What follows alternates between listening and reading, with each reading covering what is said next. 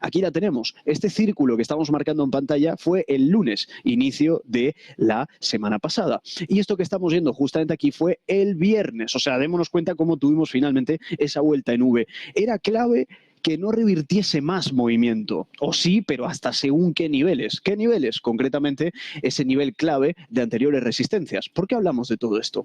Porque siempre y cuando Russell 2000 siga manteniendo el tono que está manteniendo ahora, esa mejora en la amplitud de la cual hablaban tantos analistas en tertulias que teníamos la semana pasada, eso es clave, es un factor fundamental para realmente seguir valorando que estamos en un contexto benigno a priori en el mercado. Muchísimo que comentar hoy con varios invitados. Hablaremos de esta gran caída en el petróleo también. Hablaremos también de CrowdStrike, que aunque parezca que no, sigue castigada y sigue cayendo más. Y sobre todo han habido muchas gestoras que han llevado a cabo una rebaja en la calificación, en este caso, o en el posicionamiento o en la recomendación sobre CrowdStrike. ¿Cuánto de grave es lo que ha ocurrido? ¿Cuánto, o mejor dicho, hasta qué punto se está socavando tanto la confianza por parte de los inversores? ¿Qué está pasando con los competidores? Porque Sentinel estaba subiendo, Palo Alto de momento mantenía niveles. ¿Y CrowdStrike qué?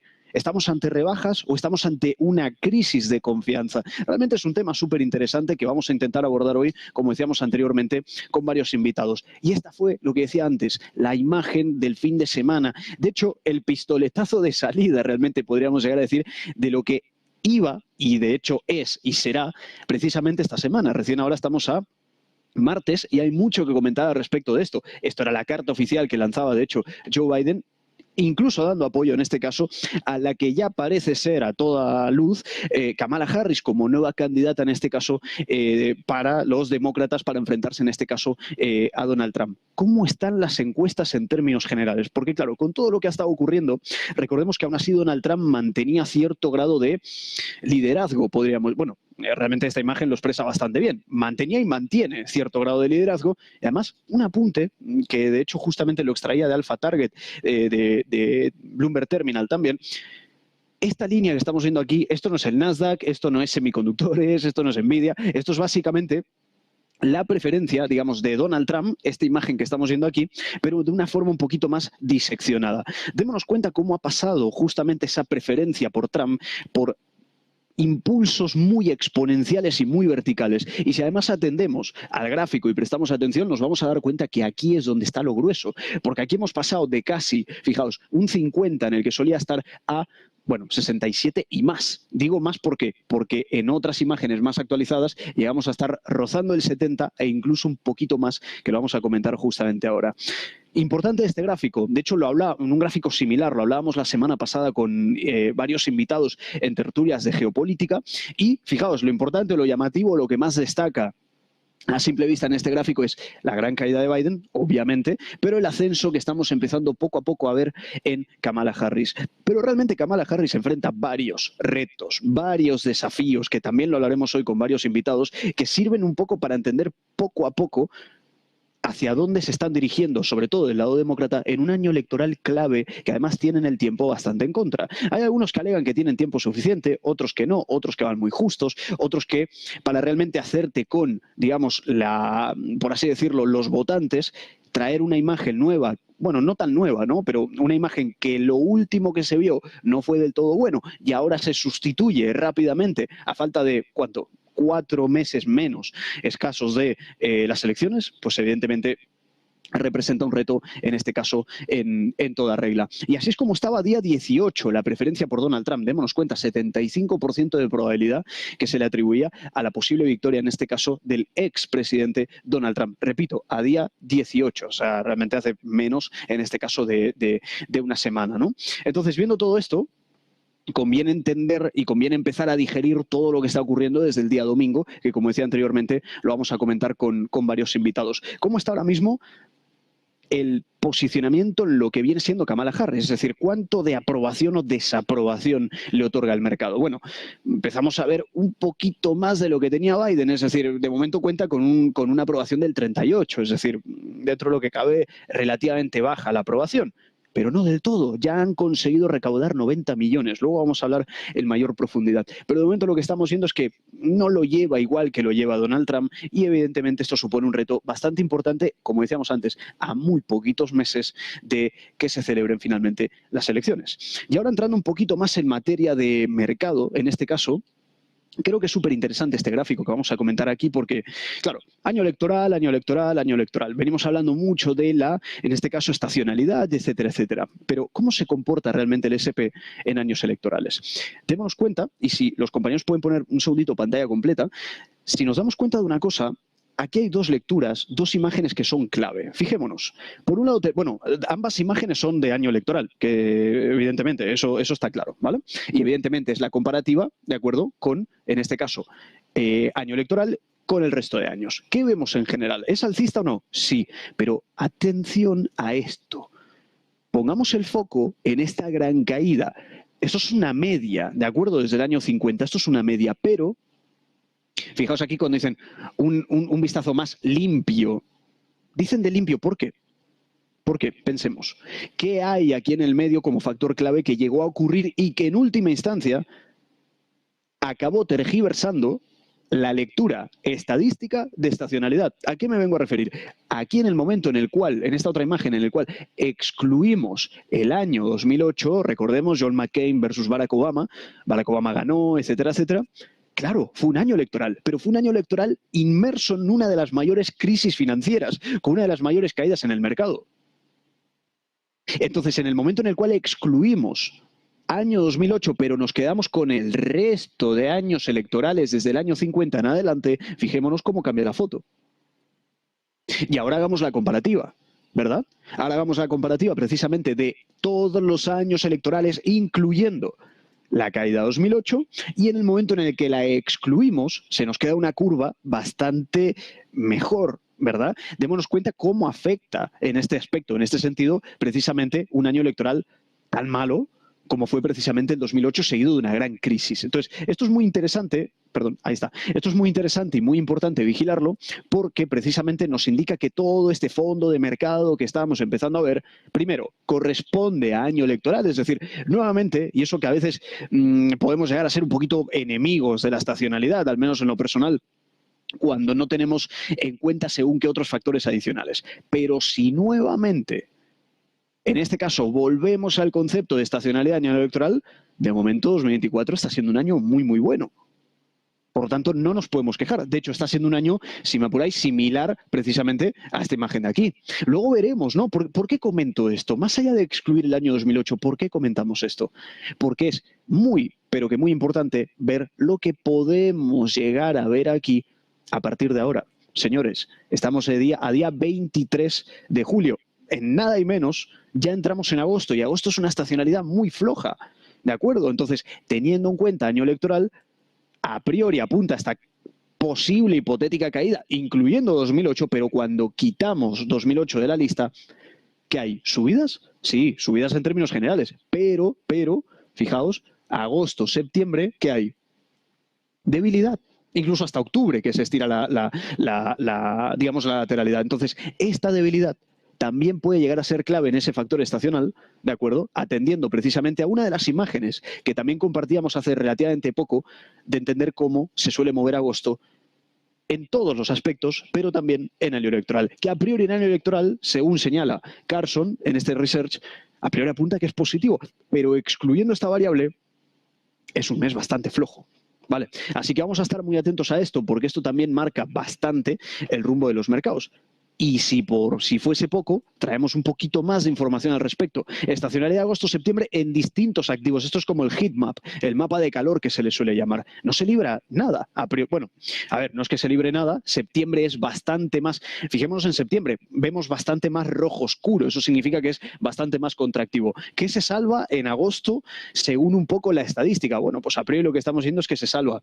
En este aspecto sería Treasuries, el TLT, en este caso ETFs de bonos, ¿de acuerdo? ¿Qué más se salva? Oro, efectivamente, un poquito de real estate que vemos ahí también y algo por ahí del QQQ, algo por ahí del ETF, en este caso del Nasdaq. Creo que todo esto va bastante de la mano con las tecnológicas, obviamente, pero las de más peso. Pero por todo lo demás, un agosto flojo y un septiembre contractivo. De hecho, comentábamos ahora mismo con ese research que de hecho estábamos viendo justamente de la mano de Carson, fijémonos en septiembre. Tenemos una estacionalidad un poquito negativa, ¿de acuerdo? Entonces, todo esto hay que saber combinarlo con lo que estábamos comentando precisamente, justamente aquí, con un año electoral, con todo lo que está ocurriendo alrededor de Trump, de Biden, que ahora mismo Biden se hace a un lado, de Kamala Harris, que emerge como nueva figura, pero que enfrenta un montón de desafíos.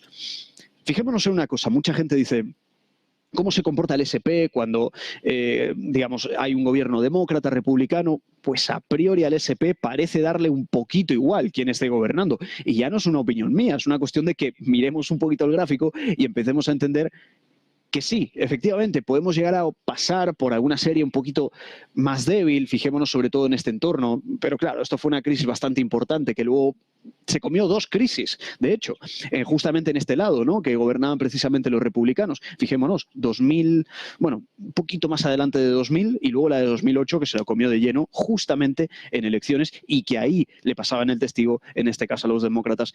Pero hay algo más que nos llame la atención más allá de eso, ¿no? Naturaleza alcista del SP500 independientemente de quién gobierne. Y esta vez suele ser bastante importante recordarlo, más allá de que haya sectores, industrias puntuales que se puedan llegar a ver beneficiadas de forma un poquito más concreta, dependiendo quién gobierne. Pero más allá de eso, creo que esta imagen era bastante reveladora en ese aspecto.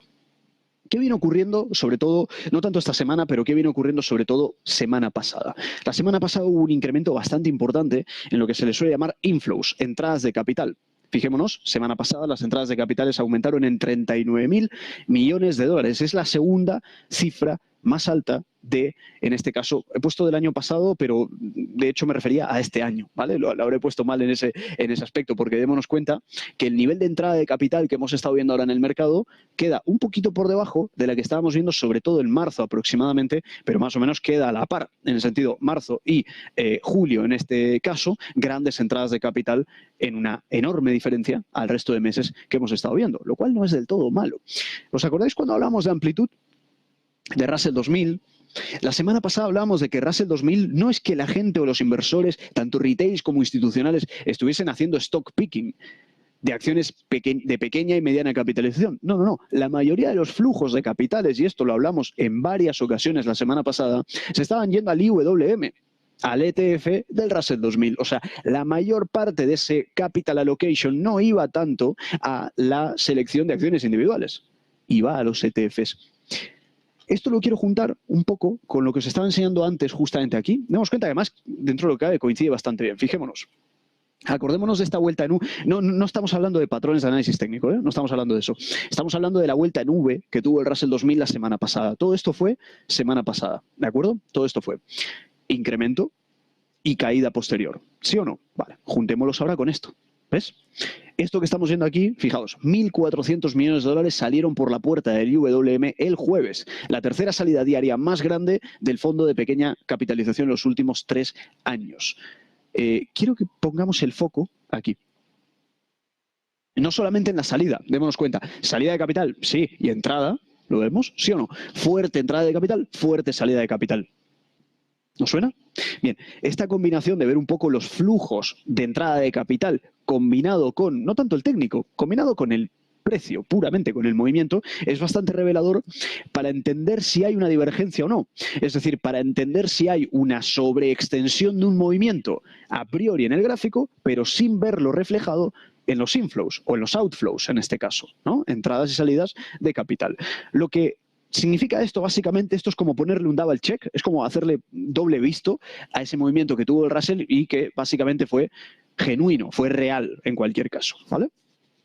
Hablábamos también viernes de la semana pasada que teníamos ese vencimiento de opciones tan pero tan importante, que de hecho lo comentábamos en directo con David Leiguarda, que es uno de los mejores en España en todo lo que viene siendo opciones. Y fijémonos, también volviendo al concepto de opciones, cómo cada vez influye más el mercado de opciones en el movimiento de los activos en general.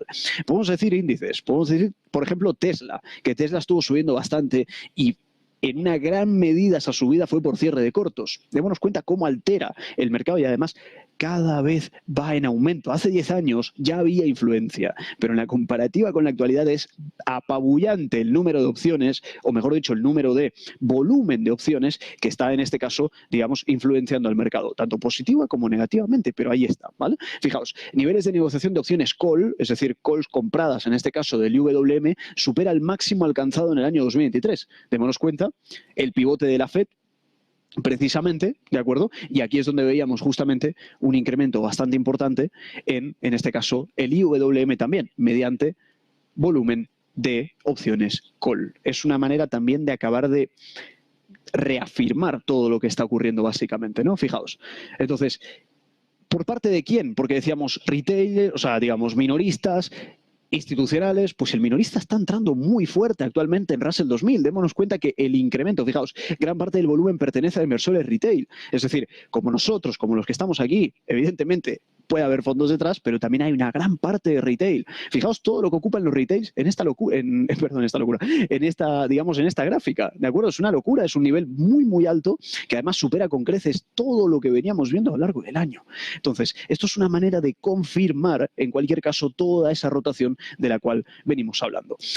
Os lo quiero volver a traer, y de hecho, a ver, decimos Russell 2000, pero hay varios puntos a destacar aquí con el Russell 2000, porque primero, tiene un peso bastante importante en banca regional. Hemos visto que hay fisuras bastante importantes que hay que vigilar en la banca, pero luego además, y ahora lo vamos a comentar, más del 40% de compañías que están dentro del Russell 2000 no son rentables.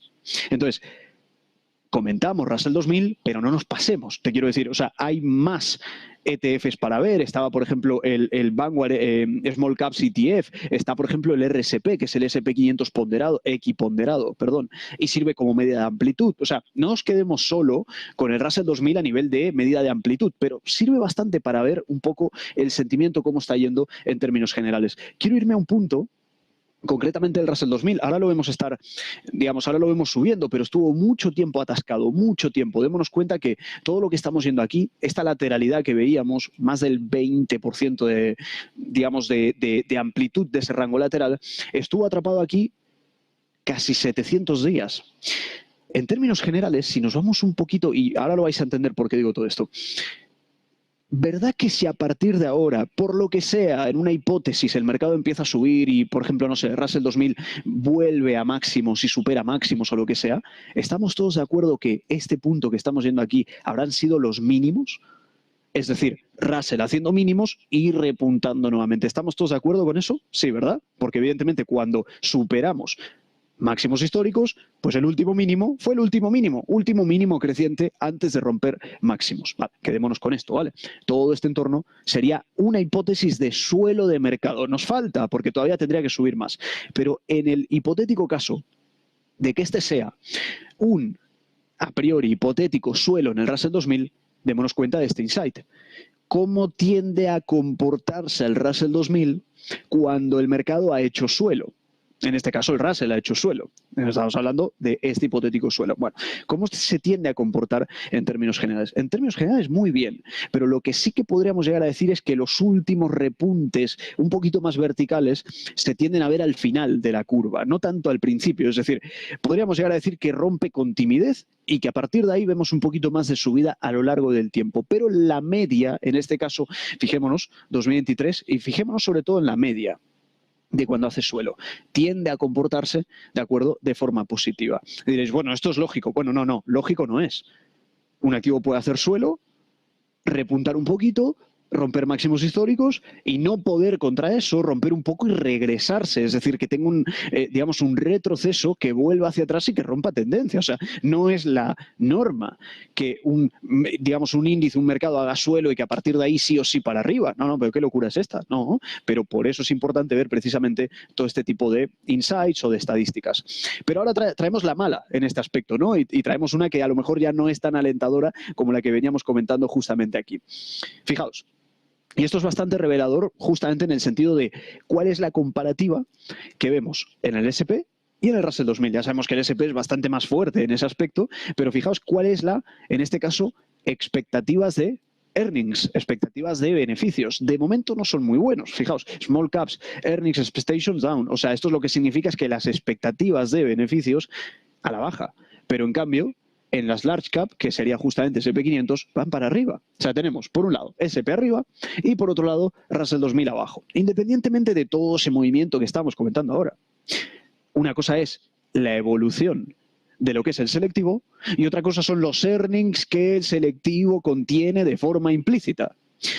Cuando un índice tiene muchísimo, esto lo hemos visto mucho ya, cuando un índice tiene mucho peso en 6 o 7 compañías, si el resto de las 400 y pico, en el caso del SP, no se han comportado muy bien, las que sí se han comportado y pesan mucho lo logran eclipsar, no sé si me explico, pero en el caso del Russell 2000 hay algo que realmente debemos tener en cuenta para saber entender esta imagen. Porque todo parecía benigno, positivo, optimista, ¿verdad? De lo que estamos hablando ahora. Bueno, pues las expectativas de los earnings de las compañías de small cap en general, pero en este caso Russell 2000, no están muy ahí. De hecho, están revisadas a la baja. Y esto es, por lo que comentábamos justamente al principio, por esta otra imagen. Y es lo que decimos, un 41% de las compañías del Russell 2000 reportan beneficios negativos, es decir, no son rentables, ¿vale? Y eso probablemente sea un gran lastre que tenga el Russell 2000 para poder repuntar. Veremos si la hipotética bajada de tipos puede llegar a ayudar, en este caso, precisamente a todo este tipo de compañías. Hemos venido hablando mucho de la expectativa de recorte de tipos. Hemos estado hablando semana pasada que teníamos en el entorno del 95% de cara a septiembre. Y fijémonos ahora, cuando ponemos justamente septiembre, algo que me ha llamado la atención, pero lo hablaremos hoy con algunos invitados. Semana pasada teníamos un 95% o más de expectativa de recorte de tipos en 25 puntos básicos. Lo que estamos viendo ahora en septiembre, o para septiembre mejor dicho, es que esto baja ligeramente a 93,6, como estamos viendo en pantalla, y además, que aquí es donde me sorprendió, muy tímida, ínfima la probabilidad, pero se lo otorgan, y antes no.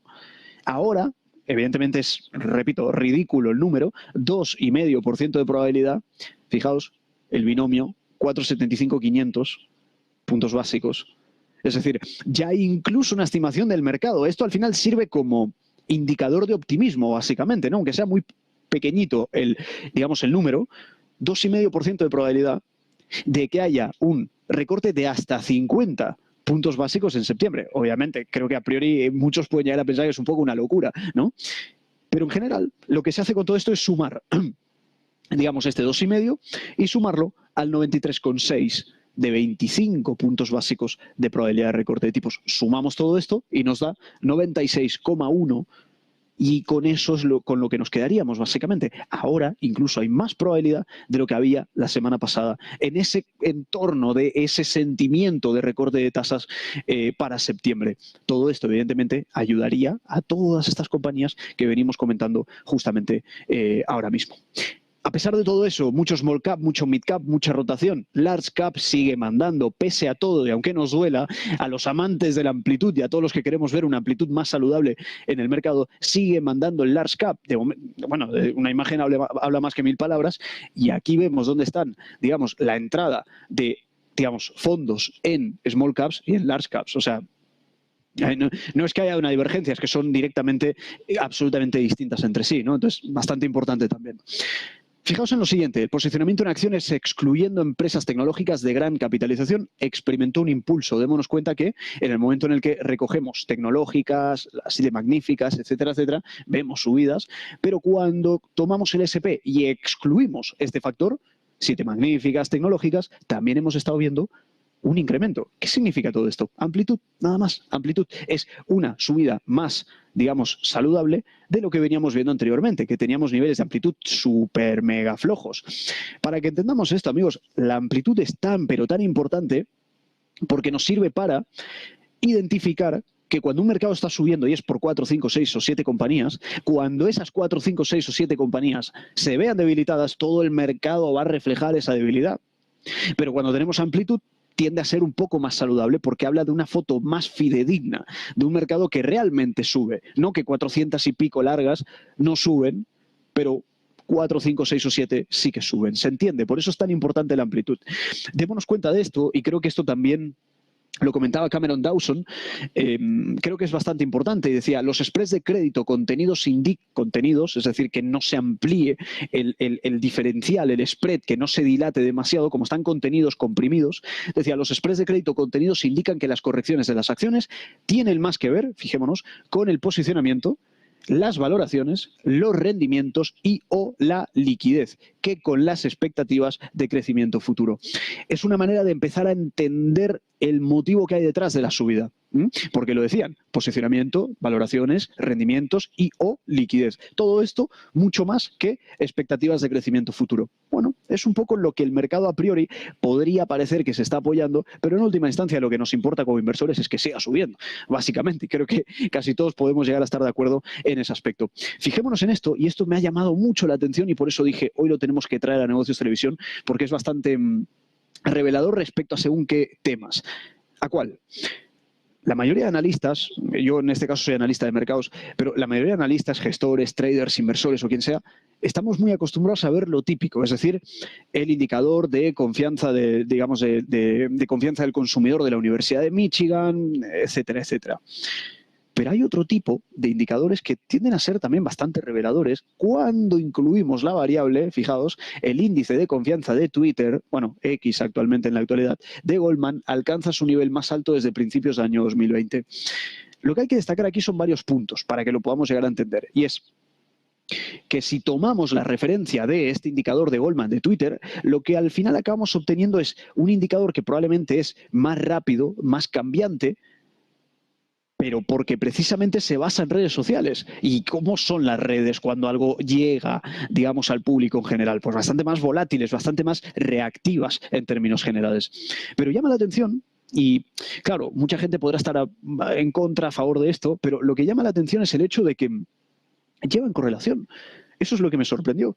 Es obvio que pueden llevar correlación, pero me sorprendió igualmente, porque se habla mucho de que, bueno, el FOMO en las redes, el humo, el pesimismo, el sentimiento del minorista reflejado en las redes. Bueno, si nos damos cuenta cuando, en este caso, el indicador de confianza del consumidor de la Universidad de Michigan caía, no busquemos una correlación perfecta, faltaría más, pues son dos indicadores que uno hace un tiempo ni existía, no sé si me explico, o sea, pero veamos el movimiento en general para valorar una correlación. No entraremos en cuánto de correlación tiene en términos matemáticos, pero tiene, y correlación además que va en línea a lo que sería el indicador principal, ¿vale? Fijémonos. En este caso, ¿veis?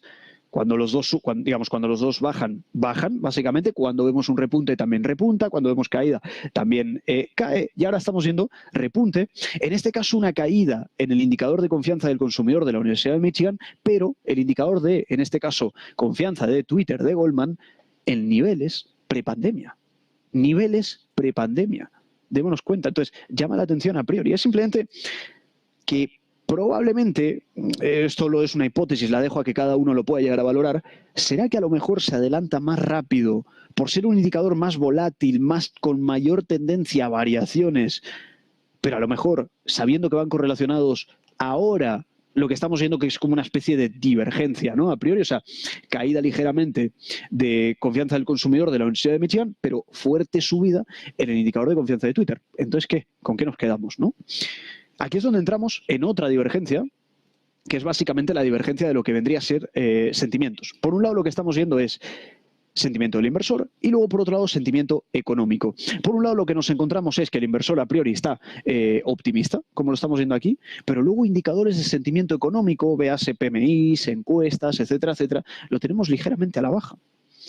¿Quién ganará de aquí? Básicamente, porque por lo general han ido correlacionados. Fijaos, caída, caída, subida, subida, caída, caída, subida, subida, y ahora vemos nuevamente divergencia. Veremos de qué lado se resuelve todo esto. De momento lo que estamos viendo es un mercado que sigue en ese entorno que estábamos diciendo anteriormente, S&P, Nasdaq recuperándose un poco, Bitcoin, hablaremos de todo esto también, ligeras caídas, petróleo, caída fuerte también, que continúa, digamos, con toda esa caída que ya veníamos, de hecho, comentando justamente semana pasada. Eurodólar también, ligerita recuperación, estamos ligerita recuperación a la inversa. Sigo. Veníamos de subidas bastante importantes, pero ahora estamos viendo un ligero retroceso. Nos vamos a publicidad, volvemos enseguida, que ya están nuestros invitados aquí para seguir hablando de mercados. Volvemos enseguida.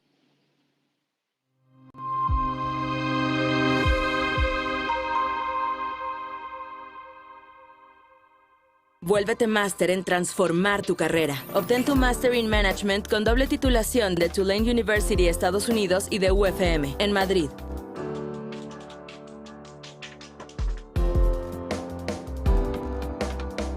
Open Call 2024.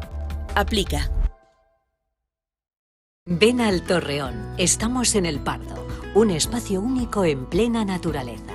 Disfruta de momentos de desconexión mientras saboreas la mejor gastronomía. Disponemos de 7 amplias terrazas y salones para todo tipo de eventos. Degusta nuestros exquisitos platos acompañados de una selecta bodega de vinos. A tu servicio, un gran parking y zona infantil. Abierto los 365 días del año. Cocina ininterrumpida desde las 10 de la mañana hasta las 12 de la noche. Haz tu reserva.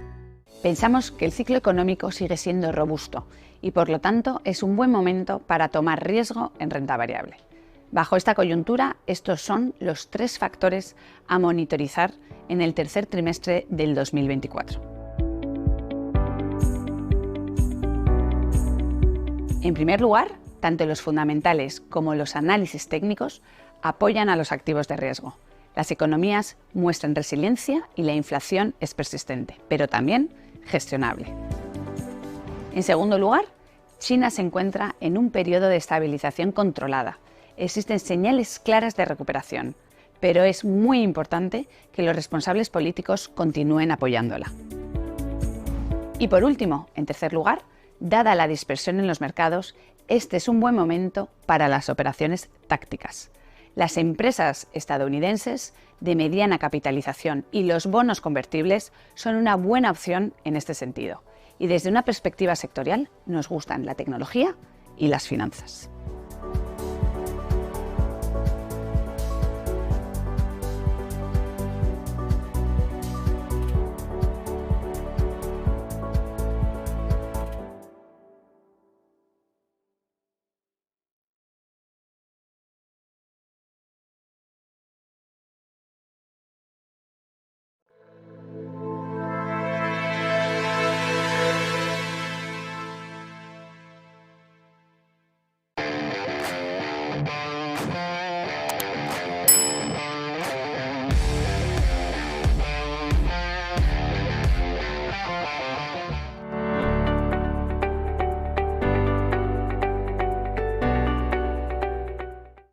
Estamos de vuelta en Negocios Televisión, pero nos tenemos que ir a un directo. En este caso, se pronuncia un discurso en un evento político en Milwaukee. Va a hablar, de hecho, Kamala Harris y probablemente podamos llegar a ver a Biden. Se hablaban algunas voces por ahí. Vamos con el directo y volvemos enseguida comentando las claves.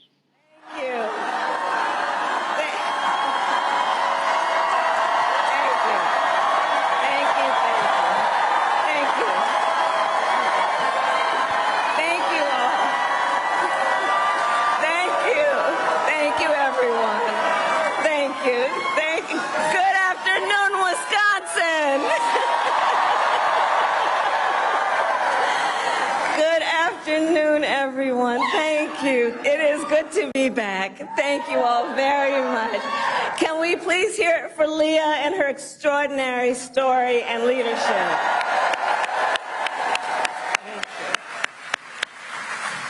And I do believe our teachers do God's work. They teach other people's children, and God knows we don't pay them enough. Let's thank them.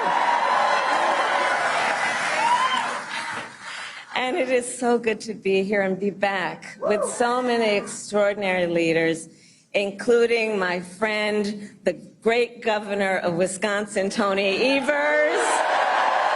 He's here somewhere.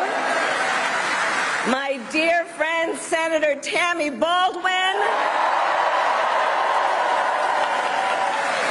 And you know, I had the privilege of serving with Tammy when I was in the United States Senate, and she is always fighting for the people of this state, and I know that the folks that are here are going to make sure you return her to Washington, D.C. in November. Yes, we are going to elect her back to Washington, D.C. It is so good to be here also with Lieutenant Governor Sarah Rodriguez, Attorney General Josh Cole, Wisconsin Secretary of State Sarah Godlewski, County Executive David Crowley, Mayor Cavalier Johnson, and the great State Party Chair Ben Wickler, who I have worked with. Ben, you and I have been working together for years, and I can attest he knows how to build the infrastructure that delivers wins up and down the ballot. Thank you, Ben.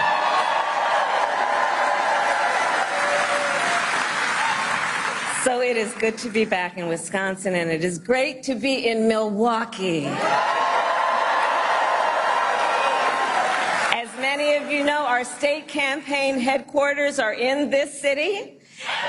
Yes, and there is a reason for that. The path to the White House goes through Wisconsin. Yes, it does. And to win in Wisconsin, we are counting on you right here in Milwaukee. And you all helped us win in 2020. And in 2024, we will win again. Yes, we will. So, Milwaukee, I want to start by saying a few words, and I could really speak at length, but a few words about our incredible President Joe Biden.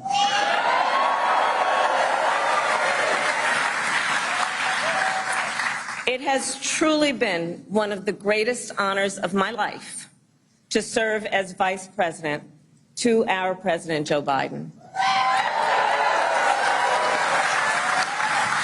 Joe's legacy of accomplishment over his entire career and over the past 3.5 years is unmatched in modern history. In one term, think about it, in one term as president, he has already surpassed the legacy of most presidents who served 2 terms in office.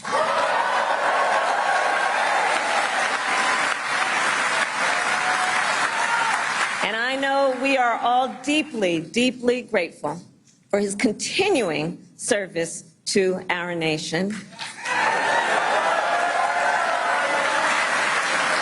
And it is my great honor to have Joe Biden's endorsement in this race.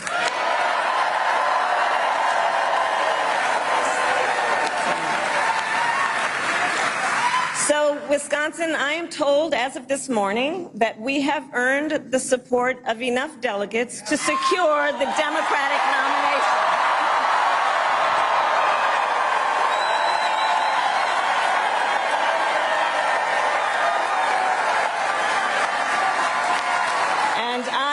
So very honored, and I pledge to you I will spend the coming weeks continuing to unite our party so that we are ready to win in November.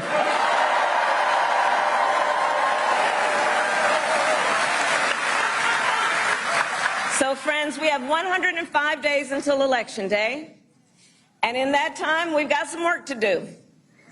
But we're not afraid of hard work. We like hard work, don't we? And we will win this election. Yes, we will. So as Leah told you, before I was elected Vice President, before I was elected United States Senator, I was elected Attorney General of the state of California, and I was a courtroom prosecutor before then. And in those roles, I took on perpetrators of all kinds. Predators who abused women, fraudsters who ripped off consumers, cheaters who broke the rules for their own gain. So hear me when I say, I know Donald Trump's type.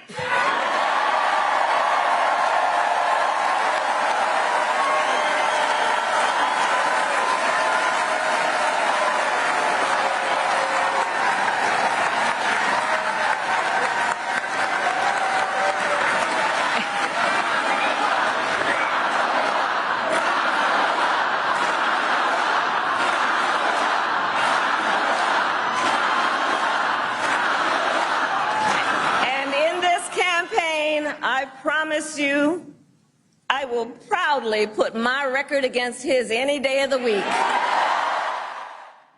Bueno, comentaba Kamala Harris ahora mismo en Milwaukee, en ese evento básicamente de los demócratas. Ya hemos estado viendo un poco el ruido de fondo, ese supuesto apoyo que a priori parece estar, digamos, recibiendo del lado de los votantes del Partido Demócrata. Y algunas frases decía: quiero reconocer a los líderes locales presentes, como la senadora Tammy Baldwin y otros funcionarios estatales y locales. Decía también Kamala Harris: destaco el increíble liderazgo del presidente Joe Biden, con quien ha sido un gran honor servir como vicepresidenta. Comentaba y agregaba además, decía, su legado de logros en su carrera y especialmente en su primer término es inigualable en la historia moderna. Estamos profundamente agradecidos por su continuo servicio. Era alguna de las palabras que en este caso decía Kamala Harris. Y ahora vamos a pasar a una entrevista además bastante importante en un día clave. Al principio del programa estábamos hablando precisamente de todo lo que está ocurriendo con el mercado cripto, todo lo que está ocurriendo un poquito con Bitcoin, pero sobre todo alrededor de Ethereum también. Lo que vamos a hacer es, antes de pasar a la entrevista, volvemos brevemente también con Kamala Harris a ver si sacamos algo más por ahí, pero lo siguiente que haremos después de estar con Kamala será precisamente abordar este tema de tantísima relevancia e importancia en el entorno actual y en el ecosistema criptomonedas. Seguimos con Kamala Harris. So Donald Trump is relying on support from billionaires and big corporations, and he is trading access in exchange for campaign contributions. A couple of months ago, you all saw that a couple of months ago at Mar-a-Lago, he literally promised big oil companies, big oil lobbyists, he would do their bidding for $1 billion in campaign donations. On the other hand, we are running a people-powered campaign.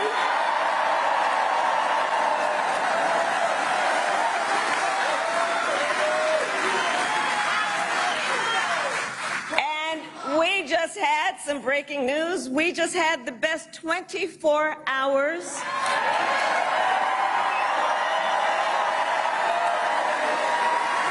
of grassroots fundraising in presidential campaign history. All right?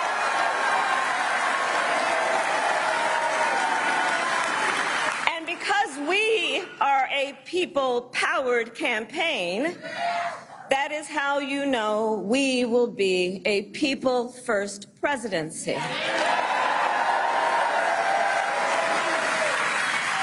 And Wisconsin, this campaign is also about two different visions for our nation. One, where we are focused on the future. The other, focused on the past. We believe in a future where every person has the opportunity not just to get by, but to get ahead.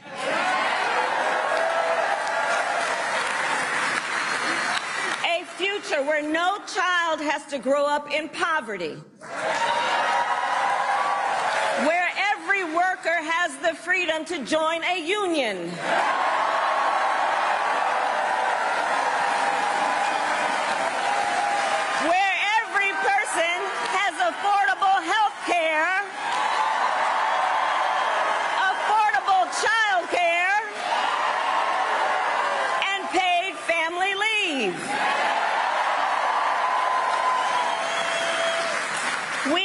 A future where every senior can retire with dignity.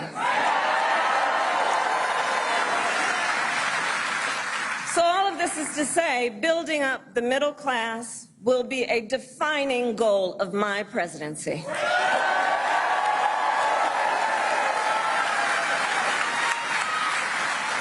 Because here's the thing we all here, Wisconsin, know. When our middle class is strong, America is strong.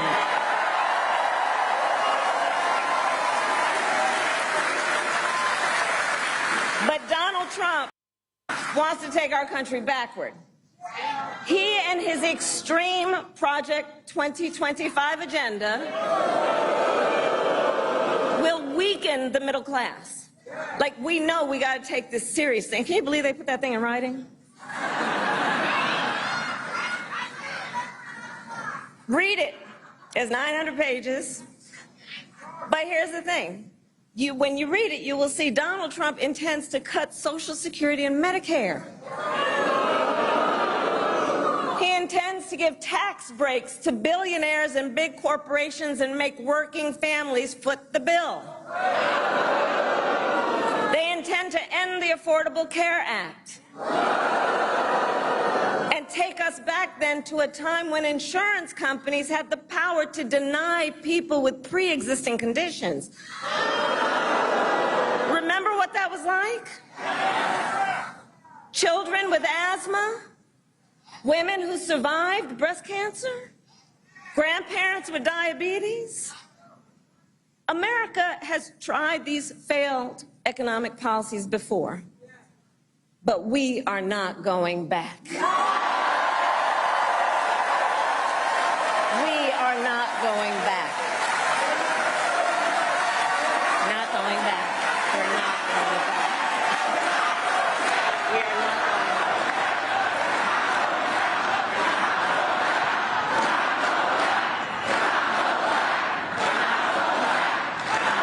And I'll tell you why we're not going back.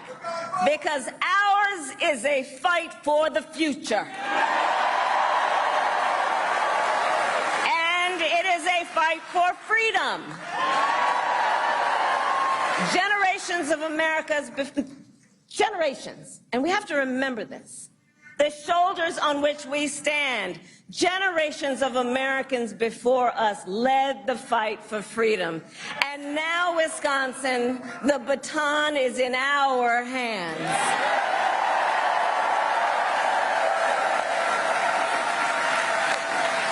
We, who believe in the sacred freedom to vote, will make sure every American has the ability to cast their ballot and have it counted. We, who believe that every person in our nation who should have the freedom to live safe from the terror of gun violence, will finally pass red flag laws, universal background checks, and an assault weapon. Comentaba Kamala Harris, y de hecho en una de las declaraciones que está haciendo ahora recientemente, decía: la clase media se ha debilitado y debemos tomarlo en serio. Decía, Donald Trump planea recortar, digamos, la seguridad social, el Medicare, como se le llama sobre todo allí. Dice, dar recorte de impuestos a multimillonarios y grandes corporaciones y terminar con la ley de cuidado de salud asequible. Dice, devolviéndonos a una época en la que las compañías de seguros podían negar cobertura a personas con condiciones preexistentes. Añadía también Kamala Harris y decía, no vamos a volver a esas políticas económicas fallidas, ya que nuestra lucha es por el futuro. Continuamos.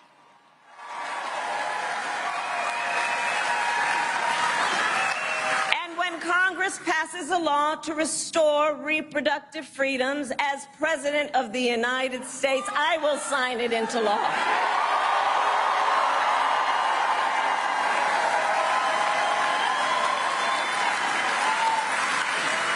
So, Wisconsin, ultimately in this election, we each face a question. What kind of country do we want to live in? A country...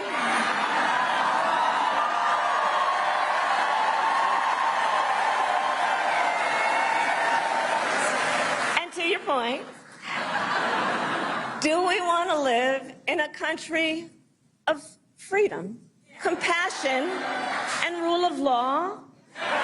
Or a country of chaos, fear, and hate? And here's the beauty of this moment. We each have the power to answer that question. The power is with the people. We each have the power to answer that question. And in the next 105 days, then we have work to do. We have doors to knock on, we have phone calls to make, we have voters to register, and we have an election to win.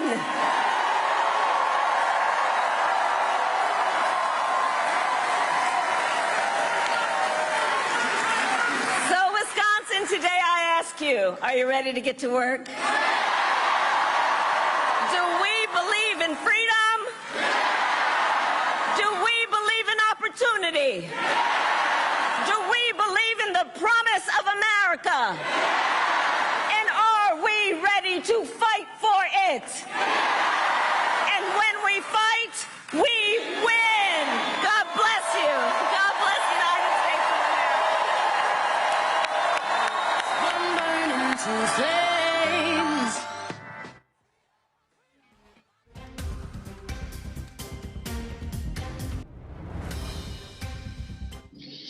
Y estamos de vuelta, ahora sí, en Negocios Televisión. Algunas palabras y, digamos, menciones que justamente hacía referencia a Kamala Harris era que, digamos, hacía un poco la pregunta al público, ¿no? ¿En qué tipo de país queréis vivir? ¿En un país de libertad, de oportunidades? ¿Qué más comentaba? De libertad, de compasión. Dice, o en un país de...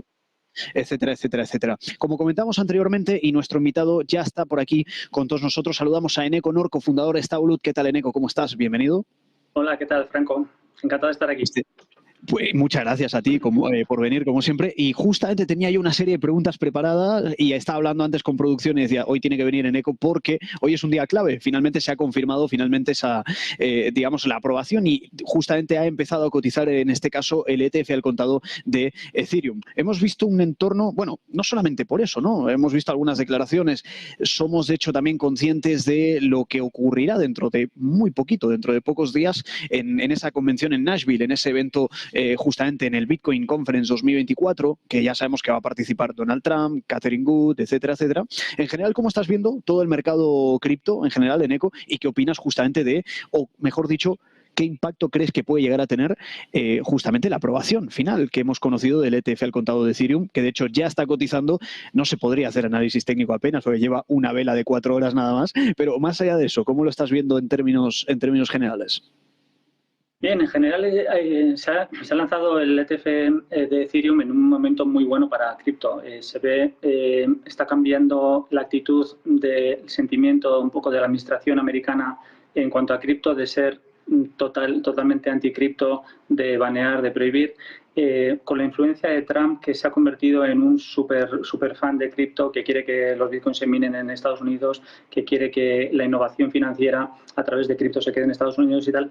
Entonces parece que estamos en una ola buena, ¿no? Entonces ha llegado en un buen momento en el que la gente pues parece que está mirando más hacia cripto. Entonces, hoy es un día histórico, pero por distintas cosas. Uno es pues que al haber un instrumento financiero reguladísimo sobre Ethereum, lo que hace es validar Ethereum, que es la criptomoneda número 2, como un activo de inversión serio. Además, es muy importante también esto porque se despeja cualquier duda que podía tener de Ethereum, si es una security o no, que tendría ciertos riesgos regulatorios, y con esto ya se admite pues que es un activo de inversión en el que cualquiera puede entrar, y gracias a los ETFs pues cualquiera lo puede hacer de una forma muy fácil, sin ciertas complicaciones que tiene invertir en cripto. Por eso lo consideramos como un día histórico, sobre todo pues en la validación, una vez más, como cripto, como la criptomoneda número 2, como activo de inversión serio que todo el mundo debería tener en cartera. ¿Considerarías, Eneko, que a partir de ahora podemos llegar a ver mayores inflows, mayores entradas de capital precisamente por esta? Esto me recuerda un poco justamente la última aprobación, la más reciente, en este caso del ETF al contado de Bitcoin, que mucho se comentaba, ¿no? Claro, esto abre pues al final, digamos, una nueva puerta al minorista, etcétera, etcétera, para que haya mayor, digamos, entrada de capital, probablemente con ese plus de seguridad de cara al retail que a veces puede llegar a tener pues algún tipo de dudas. ¿Consideras que puede esto llegar a generar un efecto similar, en este caso, en Ethereum, por lógica, en este caso, del hermano mayor que sería Bitcoin? Claramente pasaría lo mismo. Tenemos que pensar que da la sensación a veces de que se habla de cripto, pero es que en realidad muy poca gente de, digamos, pues grandes fortunas están en cripto. Se habla dependiendo del país, pues hay gente que entre el 10%, 20%, o hay países donde hay más gente que tiene cripto, pero los fondos de inversión, las grandes fortunas, están en cripto muy poco o nada. Pero sobre todo, pues lo típico, desconocimiento, miedo, pues toda la mierda, por decirlo de alguna forma, que meten los medios de comunicación, pues el desconocimiento en general. No se invierte en cripto, pero luego también hay otra cosa, y es que muchos family offices no pueden invertir en lo que les da la gana. O sea, no pueden coger y, bueno, voy a abrir una cuenta en Coinbase y voy a comprar ahí Bitcoin y tal, pero sí pueden comprar ETFs. Incluso pues cualquier family office español o europeo puede comprar un ETF, que es como que en realidad a efectos de comprarlo es como comprar una acción en la bolsa americana. Entonces se facilita muchísimo para el retail, para el usuario final, pero se facilita muchísimo también para el gran inversor institucional la entrada a invertir en este activo de una forma muy fácil. Entonces, como se ha visto en el caso del Bitcoin, hay muchísimas entradas de dinero y más que suponemos que habrá, pues gracias a que se facilita la inversión en este tipo de activo. De hecho, te quería comentar por un punto también bastante importante, Neko, justamente alrededor de todo este mismo entorno, ¿no? Estaba leyendo esta mañana que, de hecho, se aliaban o se juntaban, en este caso, 7 estados de Estados Unidos, no sé si lo habrás visto, que era, digamos, que se unían un poco como para recriminar o, digamos, poner un poco en duda el alcance de la SEC, ¿no? De la Security Exchange Commission en Estados Unidos, alrededor precisamente de todo el panorama cripto. Decían que la SEC, pues en este caso, como que se estaba excediendo, se estaba extralimitando, le recriminaban incluso a unos, pues, comportamientos un poquito, entre comillas, ilegales, ¿no? Decían que la SEC pues, se saltó, digamos, algunos poderes que le fueron otorgados por el Congreso y, de hecho, también de eso se había quejado recientemente la CFTC también, ¿no? Hace un tiempo también. ¿Cómo lo estás viendo justamente esto? Es decir, ¿cuál crees a priori que puede llegar a ser el resultado, la consecuencia o el impacto potencial a priori que puede llegar a tener que se unan esos estados y que vayan, por así decirlo, contra la SEC precisamente en la regulación? Es decir, ¿crees que esto en un punto u otro podría llegar a limitar precisamente la autoridad de la SEC justamente en todo el sector cripto? Pues efectivamente, lo que ha pasado en los últimos tiempos es que la SEC, de la mano de su líder Gary Gensler, ha sido no solo contrario o un poco escéptico con cripto, sino que ha sido totalmente anti, hasta el punto de que se considera que se ha extralimitado en sus funciones. Es decir, tú puedes poner alguna dificultad, pedir una regulación extra, y otra cosa es impedir prácticamente que distintos players de cripto operen. Para que lo entienda mejor nuestra audiencia, Coinbase, pues uno de los mayores exchanges del mundo, cotiza en la bolsa americana, súper regulado, todo bien y tal, pues era incapaz de conseguir que la SEC le diera una respuesta de, oye, ¿cómo hago esto para hacerlo bien? Nos responden y luego se lleva, digamos, una especie de multa de la SEC por no hacerlo bien. Oye, perdona, que te he preguntado y no me has dicho nada, ¿no? Ahí se considera que la SEC se ha extralimitado, entonces pues hay gente que considera que ha hecho mal su trabajo y que ha sido tan anticripto que ha cometido pues ciertas ilegalidades. Esta tendencia ahora mismo, cuando tienes un instrumento financiero, ETF Bitcoin, ETF Ethereum, que ya, como decía, valida este tipo de inversión, la SEC ya se queda sin argumentos para estar tan en contra del sector cripto y tiene que considerar que esto es pues como invertir en oro, en cobre o pues cualquier commodity o cualquier activo de inversión medianamente serio. Pues efectivamente, nos quedamos con todo eso y con mucho más en una semana clave, como estábamos diciendo, justamente a finales de semana. Veremos qué ocurre, porque además la particularidad o una de las características principales en este caso del mercado de criptomonedas es que cotiza también el fin de semana. Vamos a ver qué declaraciones puede llegar a ofrecer Trump, puede ofrecer Cathie Wood, en este caso en el evento tan especial que hay justamente en Nashville alrededor de Bitcoin durante este fin de semana. Y si te parece, Neko, a partir de ahí seguimos comentándolo contigo en los días siguientes. Muchas gracias por atender nuestra llamada, como siempre, Eneko Nor, cofundador de Stablewood. Gracias por atender la llamada de Negocios Televisión. Muy bien, un placer. Y nosotros seguimos en este caso y, como siempre solemos decir en el programa, ¿no? Pasamos un poco de la rama de mercados, hemos estado viendo también un poco lo que ocurría, de hecho, recientemente con Joe Biden, que creo que, de hecho, tenemos un vídeo justamente, primeras imágenes de Biden tras todo lo ocurrido. Vamos a ver si lo podemos poner justamente tras renunciar a esa candidatura y los rumores de salud. Vamos con el vídeo de Biden.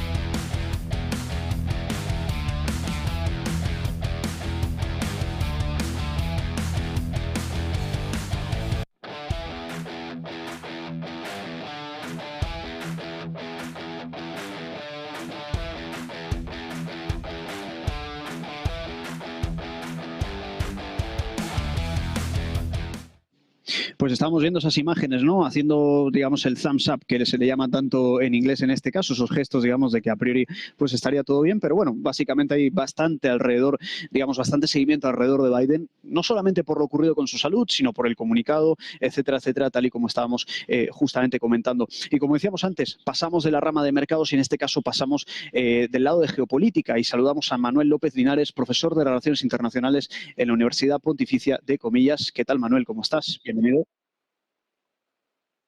Vale, hemos tenido un problemita ahí. Perdón, pasamos al otro invitado que teníamos, pido disculpas. Eduardo Bicho, analista independiente. Eduardo, ¿qué tal? ¿Cómo estás? Bienvenido. Muy buenas tardes. Te quería preguntar, Eduardo, por varios puntos. Antes estábamos hablando con el invitado, justamente con Eneco, alrededor de todo el, digamos, el ecosistema cripto, pero más allá de eso, te quiero preguntar primero cómo estás viendo el mercado en el día de hoy y luego te hago un par de preguntas al respecto de Amplitud y alguna que otra compañía que tengo por aquí en el radar y que de hecho justamente quería comentarla contigo. ¿Cómo ves el mercado en el día de hoy, Eduardo? ¿Cómo lo estás viendo? Bueno, un escenario muy similar al que veíamos la semana pasada. Es cierto que tras las últimas noticias acontecidas parece que el mercado ha frenado por lo menos la corrección de corto plazo, la que llevaba inmerso prácticamente 3 sesiones. Y como podemos apreciar en el gráfico, y tras haber alcanzado niveles de 5.500 puntos en el S&P 500, pues estamos asistiendo a un pequeño rebote. Vamos a ver si simplemente se trata de un rebote técnico para retomar las caídas, ya que, como comentábamos, se habían perdido niveles de referencia al muy corto plazo, o si por el contrario podemos volver a pensar en que se retomen las alzas y atacar la zona de máximos. En el caso del resto de índices americanos, la situación es bastante similar. Veíamos como en el caso del Nasdaq, a ver si lo tengo por aquí. Bueno, en el caso del Nasdaq, a ver, por aquí se me ha ido. Bueno, como comentamos, el sector tecnológico, ya comentamos la semana pasada que seguimos viendo cómo las valoraciones siguen siendo bastante exigentes, seguimos considerando que una corrección de cierta envergadura tendría bastante sentido llegados a este punto y, por lo tanto, para extremar las precauciones, lo que recomendamos es ajustar los stop loss. ¿Crees que le queda, no sé si te acuerdas justamente, Eduardo, que hablábamos la semana pasada tú y yo, de esa media que tenías justamente ahí coincidente con el canal? ¿Ves que vamos en camino a eso o a lo mejor, lo digo porque justo comentabas el Nasdaq, ¿no? Que pues, a priori parece estar frenando un poquito la caída, creando un poco de bases. ¿Ves más recorrido en esa corrección, digamos, tan generalizada que estábamos viendo desde la semana pasada? Porque antes lo estábamos comentando al inicio del programa, tanto Nasdaq como S&P, grandes caídas al principio de la semana, al final también, obviamente, pues cerraron en el negativo, y ahora, lunes, martes, algo de base. ¿Crees que ha hecho suelo ya el mercado o que le puede quedar, pues, a lo mejor, hasta esa media que estábamos viendo antes en el gráfico? ¿Cómo lo estarías viendo? Bueno, personalmente creo que es pronto para cantar victoria. Aquí tenemos el gráfico del Nasdaq 100, que es el que estaba buscando. Y quizá aquí se ve bastante mejor esa pérdida de niveles importantes de corto plazo que dejó a través de este hueco bajista en apertura el pasado 17 de julio y que ahora mismo sería la principal referencia a superar si queremos pensar en un nuevo tramo alcista.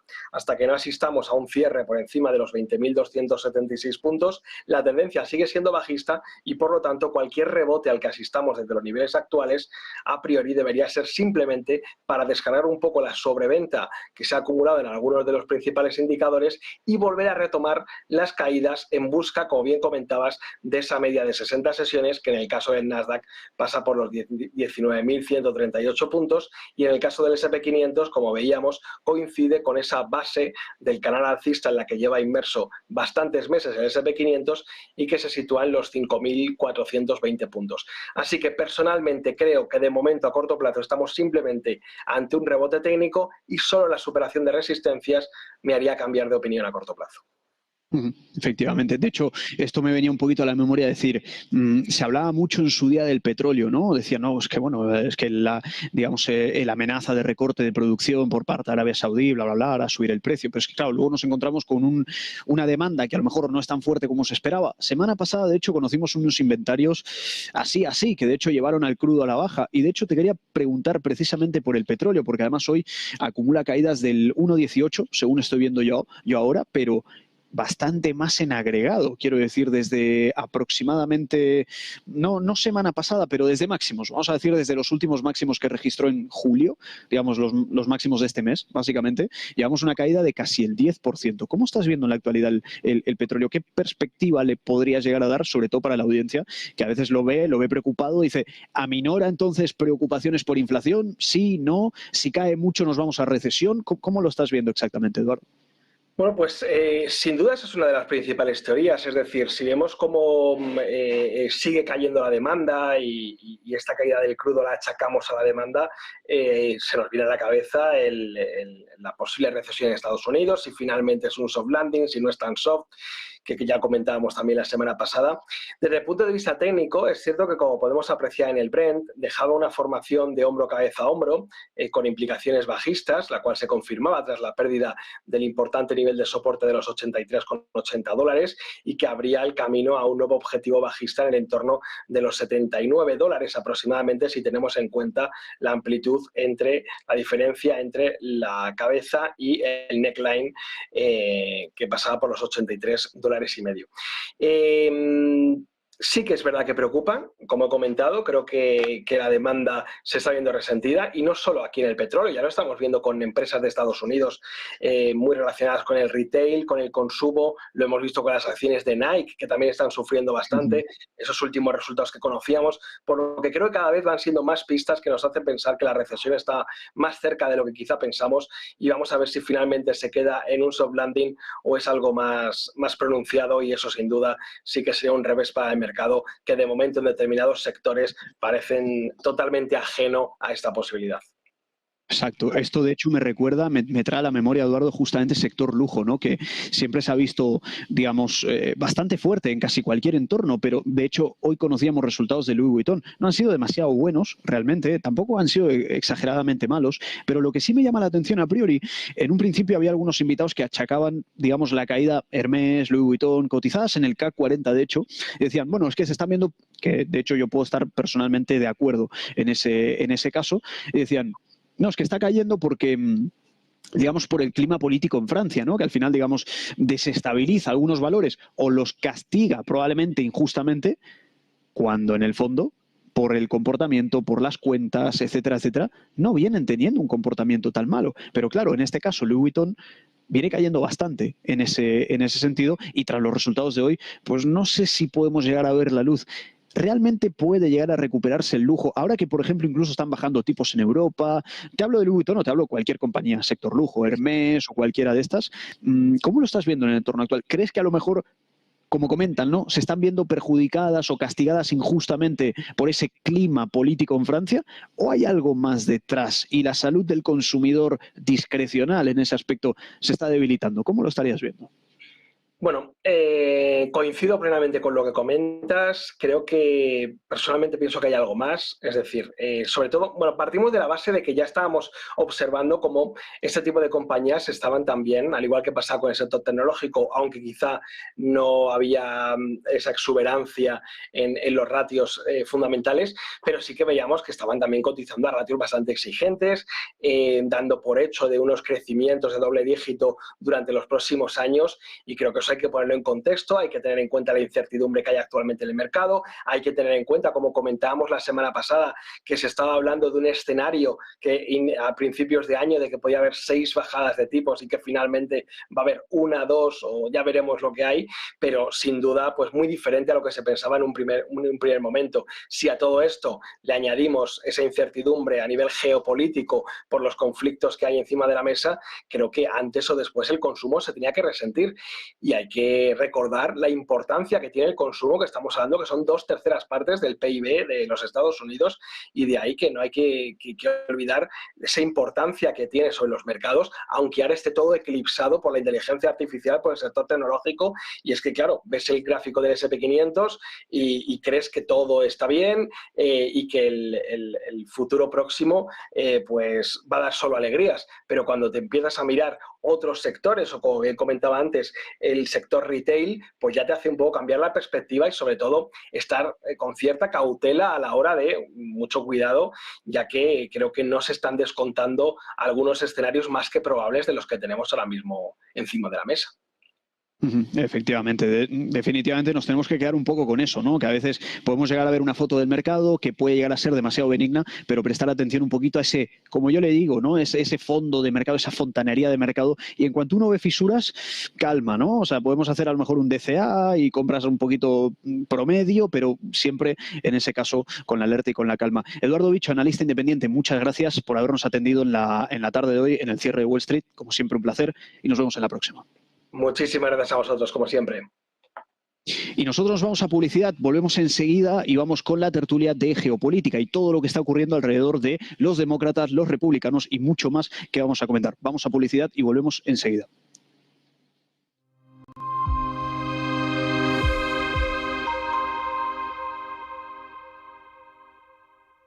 ¿Verdad que no saltarías de un avión sin paracaídas?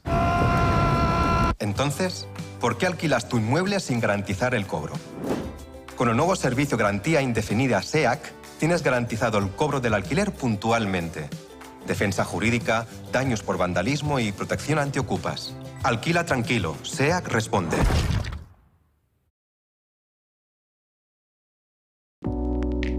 Creemos que la sociedad actual necesita más arte y más color. Le da a la gente la oportunidad de asimilar diferentes perspectivas. Es realmente un placer pintar este cuadro, porque es una hermosa imagen para comenzar. Lo último que pintaremos es el auricular en vez del pendiente. Using a classic and merging it with modern. This is very provoking.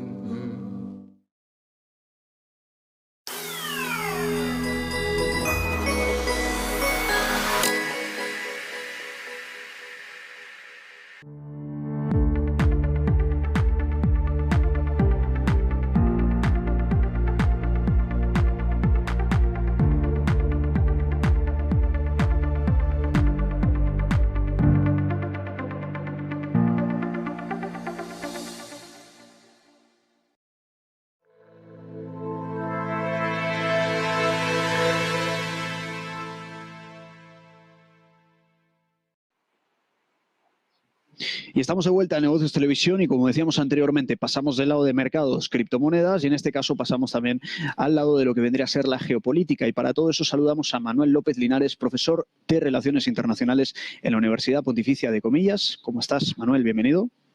Buenas tardes, gracias. También saludamos a Javier Esguibellas, analista geopolítico. ¿Qué tal, Javier? ¿Cómo estás? Bienvenido. Muy bien, buenas tardes. Pues quería hablar un poco con vosotros dos, sobre todo de lo que estamos hablando ahora, ¿no? Antes de entrar directamente en el directo, todo lo que está ocurriendo, sobre todo tras ese comunicado de Biden el fin de semana, lo que estaba llevando a cabo, esas declaraciones que estaba llevando a cabo ahora mismo Kamala Harris en Milwaukee, en Estados Unidos, y claro, todo lo que está ocurriendo alrededor, si los compañeros de hecho pueden pinchar en pantalla un segundito la imagen que estamos viendo aquí, y cómo el mercado, o mejor dicho, más que el mercado, digamos, los votantes y digamos la gente en general, le otorga un índice de aprobación o desaprobación que en cualquier caso lejos está de los niveles probablemente de Donald Trump. Ahora comentamos todo eso, pero que a lo mejor son un poquito mejores en este caso a los de Biden. Para entrar un poquito en contexto, sobre todo la audiencia que no haya estado a lo mejor muy pendiente de todo esto. Hemos conocido recientemente ese aumento en el apoyo a Kamala Harris, sobre todo desde el lado demócrata, evidentemente, y con el apoyo de Biden también, que ya hemos visto que en el comunicado del domingo también hacía referencia y, digamos, ratificaba y reiteraba, en este caso, el apoyo a la nueva candidata, que sería Kamala Harris. Recordemos también la recaudación. Han recaudado, de hecho esto lo estaba mirando justamente esta mañana, 90 millones de dólares, en este caso en pocas horas, y a priori se podría llegar a estar mostrando pues un fuerte respaldo financiero en cualquier caso, ¿no?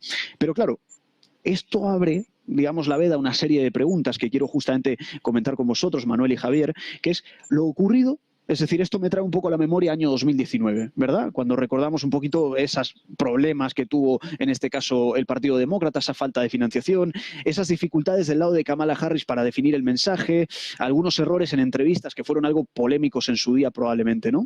Pero así a priori, te dirijo primeramente la pregunta a ti, Manuel, si te parece, ¿qué impacto a priori crees que puede llegar a tener precisamente la renuncia de Biden en este caso y esa cohesión un poquito del Partido Demócrata en la campaña de Kamala Harris? ¿Cómo lo estás viendo desde tu perspectiva? Bueno, el riesgo de ruptura del partido en dos o en varios pedazos era evidente, ¿no? Pero yo creo que ese riesgo está conjurado, porque hace pocas horas ha confirmado su respaldo las dos figuras principales del Partido Demócrata en el Congreso, Cámara Alta y Cámara Baja, y por lo tanto solo faltaría que respaldara a la candidata el propio Barack Obama, que siempre lo hace en última instancia, ¿no? Se mantiene muy al margen. Por lo tanto, el partido completo se ha unido. También esta mañana sabíamos que la mayoría de delegados que apoyaban en las primarias a Joe Biden y que ahora tenían libertad de voto, sí que están dispuestos también a apoyar a Kamala Harris, con lo cual se puede decir que el partido se ha unido detrás de la candidata. El riesgo existía, pero parece haber sido ya conjurado, ¿no? En estos pocos días. También son muy conscientes de que se juegan mucho, de que el candidato que tienen enfrente, que ha elegido el Partido Republicano, pues ya estuvo 4 años en el poder y es un poco distinto a todo lo que ha habido Estados Unidos en su historia y sobre todo desde 1945. Claro, efectivamente. De hecho, se hablaba también bastante de lo que le llamaban la movilización del electorado justamente ahora del lado de Kamala Harris, ¿no? En este caso, Javier, te traslado la pregunta a ti. ¿Cómo crees a priori que sobre todo Kamala Harris pueda llegar a movilizar realmente esos, digamos, esos votantes un poquito probablemente más jóvenes o algunas minorías, sobre todo aquellos que están un poquito probablemente, por así decirlo, desencantados probablemente con la administración Biden en la actualidad? ¿Crees que esto, tal y como están afirmando, esa movilización del electorado, que de hecho me recuerda matices de J.D. Vance con Trump, ¿no? También un poco un hombre hecho a sí mismo, como comentaban, y decían que pues a lo mejor podría llegar a atraer más público votante, pero del lado de Kamala, ¿cómo lo estarías viendo, Javier? ¿Crees que es viable que esta movilización del electorado se pueda llegar a manifestar y pueda llegar a ser realidad en última instancia, beneficiando en este caso al Partido Demócrata? ¿Cómo lo estarías viendo? Sí, sin duda. Yo creo que, como decía Manuel, la tranquilidad, la estabilidad que le da al partido la elección de Kamala Harris hace que los desencantados, que los había en algunos sectores muy concretos de la sociedad norteamericana, por ejemplo, los que estaban manifestándose en los campus universitarios contra el conflicto en Palestina y los que estaban también intentando volver a poner encima de la mesa las cuestiones relacionadas con el racismo en Estados Unidos y con las minorías latinas, etcétera, están volviendo a tener voz, una voz que habían perdido con Biden. No lo digo porque fuera viejo y hablara poco, sino porque realmente ya es una persona que él representaba una vieja política, una vieja escuela, que también representaba a Donald Trump, por cierto, que Kamala Harris viene a sustituir. Y viene a sustituir de manera positiva para los demócratas, porque vuelve a darles, a insuflar esa alegría, ese optimismo entre sus votantes más jóvenes, y no solo más jóvenes, sobre todo entre la gente que cuando llega el momento de votar dice, yo no voy porque no va a cambiar nada aquí, ¿no? Y yo creo que esas minorías van a estar de nuevo activadas para votar. Lo están haciendo en Estados Unidos, es muy importante el ir casa por casa consiguiendo el voto, el apoyo del vecino, del amigo, etcétera. Yo creo que eso lo va a conseguir Kamala Harris, no quizá porque es una persona que haya deslumbrado en los medios de comunicación con expresiones o con manifestaciones o entrevistas realmente importantes, pero sí porque ella representa a ese grupo de personas o ese nuevo aire que Trump y que Biden no representaban. Esto, como comentabas ahora, ¿no? Algunos, por así decirlo, desafíos, ¿no? Sobre todo del pasado, y me recordaba un poco lo que estábamos comentando antes, año 2019, y esos problemas un poquito que tuvo en este caso Kamala Harris, y que, bueno, hay algunas críticas alrededor de eso, sobre ¿se replicará lo mismo que se vio en el año 2019 con esos errores, ¿no? Que le llamaban del lado de Kamala Harris? En este caso, te traslado la pregunta a ti, Manuel, si te parece, justamente esto, ¿no? ¿Cuáles crees que pueden llegar a ser los desafíos que pueda llegar a enfrentar en este caso Kamala Harris, sobre todo en esta ocasión, y cómo crees que a priori puede llegar a superar esas críticas que arrastra de la gestión pasada? ¿Cómo lo estarías viendo? Bueno, yo creo que Kamala Harris va a ser atacada por parte de Donald Trump y de su equipo, sobre todo en cuestiones relativas a lo que ellos denominan zarina de la frontera sur, ¿no? Ahí Kamala Harris tuvo poca eficiencia, pero ella se puede escudar en cuestiones técnicas, me parece a mí.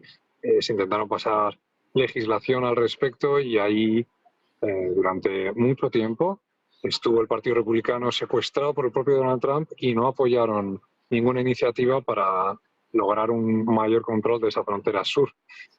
Por lo demás, Kamala Harris estos años no se le puede achacar demasiado, lo van a intentar, pero los posibles errores o disidencias que tengan, diferencias con el presidente Joe Biden, porque al final la figura del vicepresidente de Estados Unidos es lo que es una figura que está básicamente de suplente, ¿no? Salvo que le encarguen algo en concreto. Entonces ella se va a poder desmarcar. Y bueno, y va a poder contraatacar, porque al final es un juego de dos Y yo creo que a alguien que estuvo 4 años de presidente durante una pandemia y luego que al final no reconoció la victoria del rival, no la ha reconocido hasta hoy, que han pasado 3 años y medio, y que a la luz del día y a la vista de todos incitó, animó a luchar, a pelear, a evitar que les quitaran el país, que traducido es que se acabara nombrando presidente a Biden en aquel fatídico 6 de enero de 2021, pues yo creo que Kamala Harris puede contraatacar con mucha información. Aparte, se destaca mucho el papel que ha tenido como fiscal general en California, una persona que precisamente puede hablar de todos los problemas judiciales a los que se enfrenta Donald Trump ahora mismo, que no olvidemos, es el primer presidente de Estados Unidos que es un criminal convicto por un jurado popular en un juicio penal que ya ha terminado y solamente falta la sentencia por parte del juez, pero es un criminal convicto ya de manera fehaciente. Entonces ahí Kamala Harris tiene bastante munición para contraatacar.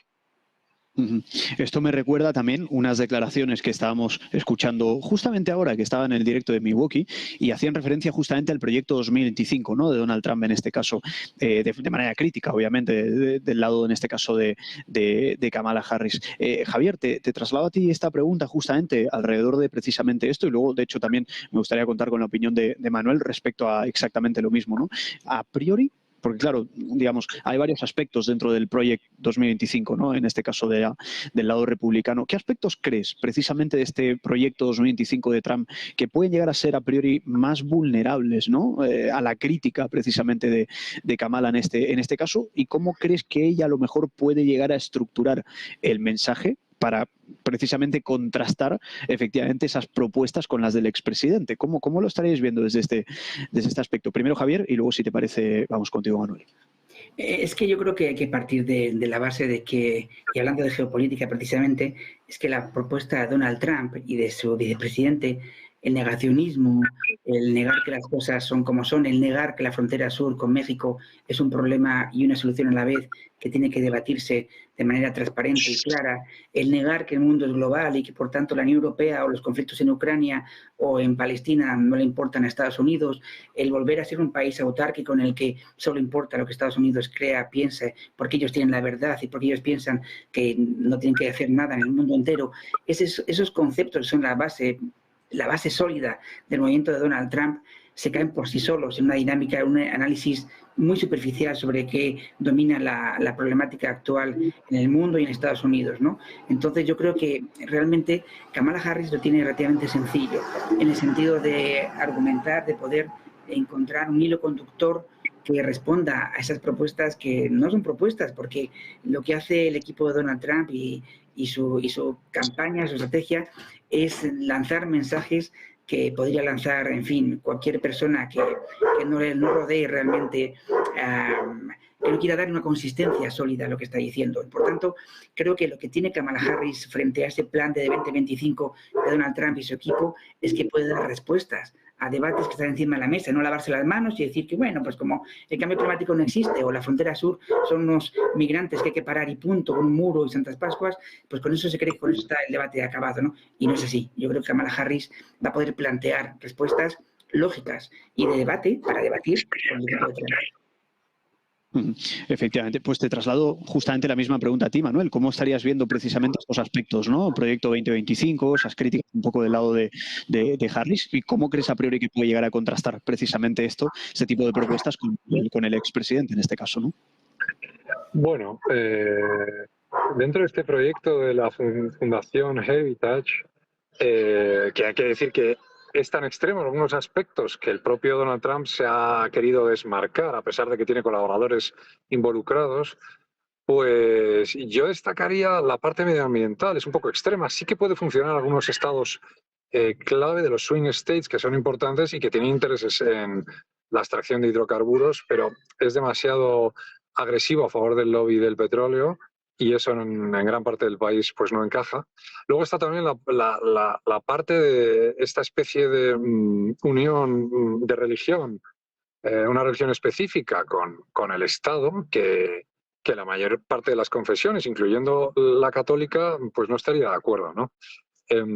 Y luego el principal quizás es esta idea de sustituir a una gran cantidad de funcionarios para meter gente, digamos, partidaria, ¿no? de sus ideas y con una especie de toma del poder. Como digo, Donald Trump, esto suena tan extremo que Donald Trump se ha desmarcado, pero sí que es algo que Kamala puede destacar, estos tres aspectos quizá, ¿no?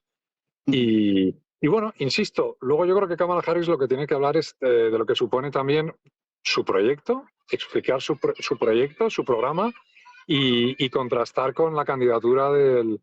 esto que estamos hablando en concreto y la persona del propio presidente, que ya lo fue, no lo olvidemos, de 2016 a 2020, enero de 2021, presidente de Estados Unidos. Por lo tanto, jefe de Estado, jefe del Ejecutivo y tiene mucho que explicar. Y ahí Kamala Harris, si es ágil en al menos un debate o en los que se celebren, pues sí que puede ser capaz de exponer mucho a Donald Trump. Claro, hablabas y comentabas justamente ahora, Manuel, precisamente eso, ¿no? Ese ligero cambio que hemos estado viendo ahora. Trump, digamos, venía muy puntero, pero ahora con Kamala, tampoco vamos a decir que se ha revertido todo, pero empieza a haber un poquito más de, digamos, probablemente menos diferencia de la que había antes, que era demasiado amplia. Y os traslado también un poco la misma pregunta a los dos en este caso, porque además me parece interesante. Venimos hablando del proyecto 2025, bueno, etcétera, etcétera. Pero del lado de Kamala, volviendo nuevamente en este caso del lado de Kamala Harris, ¿qué políticas clave creéis que debería en este caso priorizar Kamala Harris en esta campaña, sobre todo para lograr diferenciarse bien, en este caso y claramente, de Donald Trump y evidentemente atraer a votantes que estén indecisos, repito, en un entorno en el cual, como decía un invitado la semana pasada, no es que tengan demasiado margen de tiempo. Hay algunos que dicen que sí, otros dicen que no, pero a unos escasos meses de las elecciones, ¿qué tipo de políticas creéis que debería en este caso promulgar Kamala Harris precisamente para deshacer un poco esta intriga y estos votantes indecisos? Vamos contigo, Javier, si te parece, y luego vamos con Manuel también.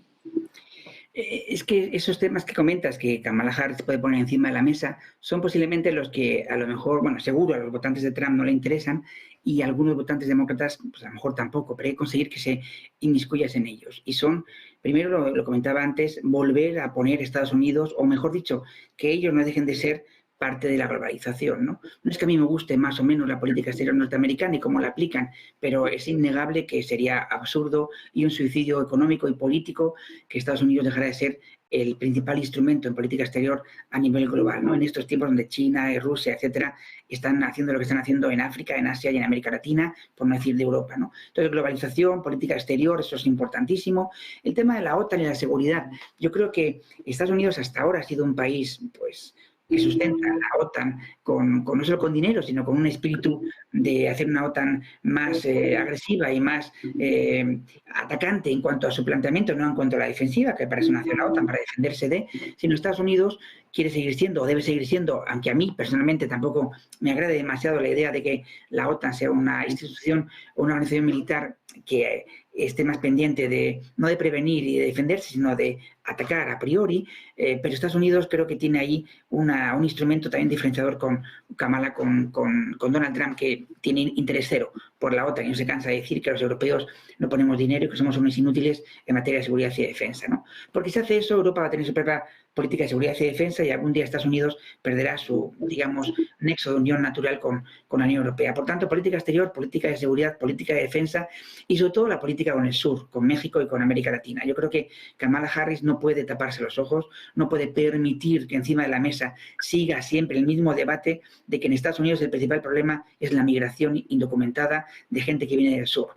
Yo creo que hay que cambiar ese concepto, no solo en Estados Unidos, en mi opinión también haría falta cambiarlo en Europa, pero en Estados Unidos, hablando de Kamala Harris, creo que ahí tiene una manera preciosa y magnífica de abanderar una nueva manera de entender la migración. No digo que vaya de repente a decir que bienvenidos todos a Estados Unidos y que va a regularizar a todos los que están indocumentados y que el Dream Act va a ser algo real y actual y eficaz, pero sí que cambia el mensaje, un mensaje tan negativo de muros frente al sur por otro mensaje diferente. Ahí Kamala Harris tiene un campo precioso de actuación.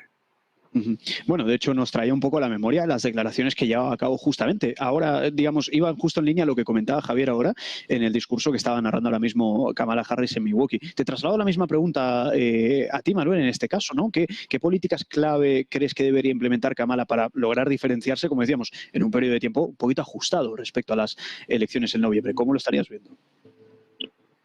Sí, yo creo que Kamala Harris, te refieres, la pregunta que me has hecho es en referencia sobre todo a qué debe explicar, ¿no?, para ganar la presidencia. Efectivamente. Yo creo que lo esencial aquí, sabemos que la presidencia se juega en un puñado de estados, 6 o 7 estados, y por lo tanto tiene que hacer mucha campaña, tiene que ir esencialmente a Wisconsin, a Michigan, a Pensilvania, seleccionar como compañero candidato a vicepresidente que probablemente lo haga, al gobernador de Pensilvania, Josh Shapiro, ir a Pensilvania, ir a Arizona, ir a Nevada, ir a Ohio y hablar con la gente y sobre todo escuchar. Y a partir de ahí, bueno, pues plantear cómo pretende lograr que la gente recupere su poder adquisitivo, que sobre todo tiene en la memoria, porque la inflación después de la reactivación económica post-COVID y sobre todo la invasión de Ucrania ha provocado inflación en todo el mundo y en Estados Unidos eso lo tienen muy presente, ¿no? Entonces la pérdida de poder adquisitivo, la deslocalización de empleos, que ya lleva mucho tiempo, ella tiene que ir ahí y ofrecer soluciones y escuchar a la gente. Eso creo que es lo principal y donde se va a jugar la presidencia. Esto, y pasando ahora un poquito del lado republicano en este caso, ¿no?, que además hemos estado viendo que cuenta, al menos en la actualidad, con cierto grado de dominancia, aunque bueno, se pone un poco en entredicho con esto último de Kamala Harris, que poco a poco parece emerger un poco todavía más. Del lado de Trump, imaginemos un escenario en el cual probablemente salga presidente. Ya sabemos que una de las tantas, o mejor dicho, una de las medidas más importantes que tanto se está comentando es, pues evidentemente, bajada de tipos, reducción de impuestos, pero claro, aumento del gasto, ¿no? Cuando vemos todo esto, ¿qué perspectivas le daríais precisamente en este caso del lado de Donald Trump, en el caso de que salga finalmente elegido? Porque claro, todo este tipo de medidas, por eso entre otras cosas veíamos también el oro subir un poco, el dólar que a lo mejor pues amenazaba un poco más a la baja. ¿Cómo lo estaríais viendo en el entorno precisamente un poco más económico probablemente en el caso de que salga Trump? ¿Hay algo que desde vuestro punto de vista destaquéis que a lo mejor no se ha comentado tanto, o sí, no lo sé, algo que queráis señalar al respecto precisamente en este entorno? Javier, si te parece. Yo creo que hay aciertos desde el punto de vista económico. No creo que Trump sea, en cuanto a los números, en cuanto a las ganancias de las empresas o en las dinámicas empresariales, no creo que Donald Trump sea un gran hándicap para, digamos, Estados Unidos per se. Yo creo que el debate está en otro nivel, que es el debate de las políticas a futuro, de las políticas sociales, las políticas migratorias, que se está alejado del dinero. Yo sé que no tiene que ver con la mentalidad republicana de pensar solo en los números y en lo bien que le va a ir a la hipotética clase media o clase media alta o a quien fuera con sus políticas, sino con cosas que no quieren debatir porque no gustan, que es, repito, la migración, la educación universitaria, etcétera, etcétera, ¿no? Y yo en eso además me gustaría hacer un pequeño matiz respecto al campo demócrata, y es que yo creo que lo que tiene que hacer también Kamala Harris es despertar a su ala izquierda del partido. El ala izquierda del partido son muchos jóvenes que allí llamarían radicales, pero aquí, en fin, sería una broma llamarles radicales. Esos jóvenes están ahora desencantados. Y no solo hace unos años, hace 4 años, votaron contra Trump porque les parecía, pues eso, el antítesis de lo que ellos buscaban, ¿no? Pero ahora que ese a la izquierda, liderada por Bernie Sanders y por otra gente, sobre todo joven, que quiere reactivarse, necesita que Kamala Harris lo reactive. Y esas medidas no es hablar de economía. No creo que los jóvenes, exceptuando la cuestión de las deudas universitarias, estén muy pensando mucho en la dinámica económica, pero sí en la dinámica social, racial, la migración, repito. Por tanto, yo creo que es donde ahí tiene que Kamala Harris, frente a los republicanos, hacer sus nuevas demandas, ¿no? Ir a por ese voto, porque el voto, digamos, de centro ya lo tiene, si es que no lo tiene, porque ya está decidido que el del centro o centro-izquierda le vaya a votar a Kamala Harris, si es que lo ha decidido ya. Pero ese voto, digamos, más a la izquierda, lo ha perdido. Lo había perdido Biden, por supuesto. Y no valía con que Trump fuera lo radical que es, porque no había conseguido reactivar la respuesta frente a él. Y yo creo que en ese ámbito deben los demócratas también hacer un esfuerzo importante. ¿Estarías de acuerdo en este caso, Manuel, con lo comentado por parte de Javier? ¿Cómo lo ves tú exactamente desde la misma óptica un poco, ¿no? En el hipotético caso de que Trump salga finalmente como presidente en noviembre, ¿qué apuntarías más allá? ¿Qué estás viendo desde tu punto de vista? Bueno, yo creo que desde el punto de vista económico, sobre todo, que decías, ¿no? Lo primero y lo más evidente es que las guerras comerciales, si cumple su palabra, pues pueden beneficiar a determinados grupos, determinadas industrias, pero son negativas para el conjunto de la economía, de las economías, reducen la eficiencia Y bueno, eso sí se puede notar en el corto plazo. Las reducciones de impuestos, bueno, son reactivadoras, pero también por otro lado, aunque tienen la divisa principal de reserva mundial, llega a un punto en el que los mercados no sabemos si resistirán. Pero yo creo que esos déficits que se producirán, aumentos de los niveles en la deuda pública por la subida del gasto previsible o desde luego la baja de impuestos, pues no tiene por qué impactar en un muy corto plazo y se podrían solucionar más adelante, ¿no? Y por lo demás, desde el punto de vista económico, pues no creo que haya mucho más que quizás una pequeña reactivación en el corto plazo, mezclada con los efectos negativos de una guerra comercial, que habría que ver el resultado, es muy difícil de prever. Y luego, por supuesto, él intentará revitalizar determinadas industrias como los hidrocarburos, reduciendo la protección medioambiental. Eso también puede ayudar, pero bueno, es bueno en el corto plazo económicamente, pero en el medio y largo plazo, lógicamente, tiene repercusiones mucho más serias. Entonces, yo veo esos 3 puntos principalmente en una posible presidencia futura de Trump en 2025. Pues a priori es lo que también incluso parece estar descontando el mercado, justamente, ¿no? Un poco las palabras que también comentaba tanto Manuel como Javier en este caso. Si os parece, os hago la última pregunta porque tengo ganas también de conocer vuestra opinión al respecto. Se ha estado viendo mucho esa figura emergente del lado de James David Vance, sobre todo el lado de Donald Trump, y me recuerda un poco lo que comentaba antes también Javier, ¿no? Ese lado indeciso de la población un poco más joven que pues a lo mejor está un poco ahí 50-50, está un poco en el medio, pues ocurría o decían que podía llegar a ocurrir algo similar del lado de James David Vance, como a lo mejor una figura de probablemente un hombre hecho a sí mismo, que digamos nació en un ambiente pobre y que acabó llegando digamos bastante alto en su carrera, etcétera, etcétera, y decían que esto a priori podía llegar a generar algo de atractivo del voto de la clase obrera o del voto de una parte de los hispanos también. ¿Cómo lo estaríais viendo? En este caso, Javier, luego vamos con Manuel también. ¿Cómo veis la figura precisamente de James David Vance justamente en la actualidad ante esa lucha también por ir a buscar ese votante un poco indeciso y que está justamente ahí en el medio? ¿Cómo lo verías, Javier?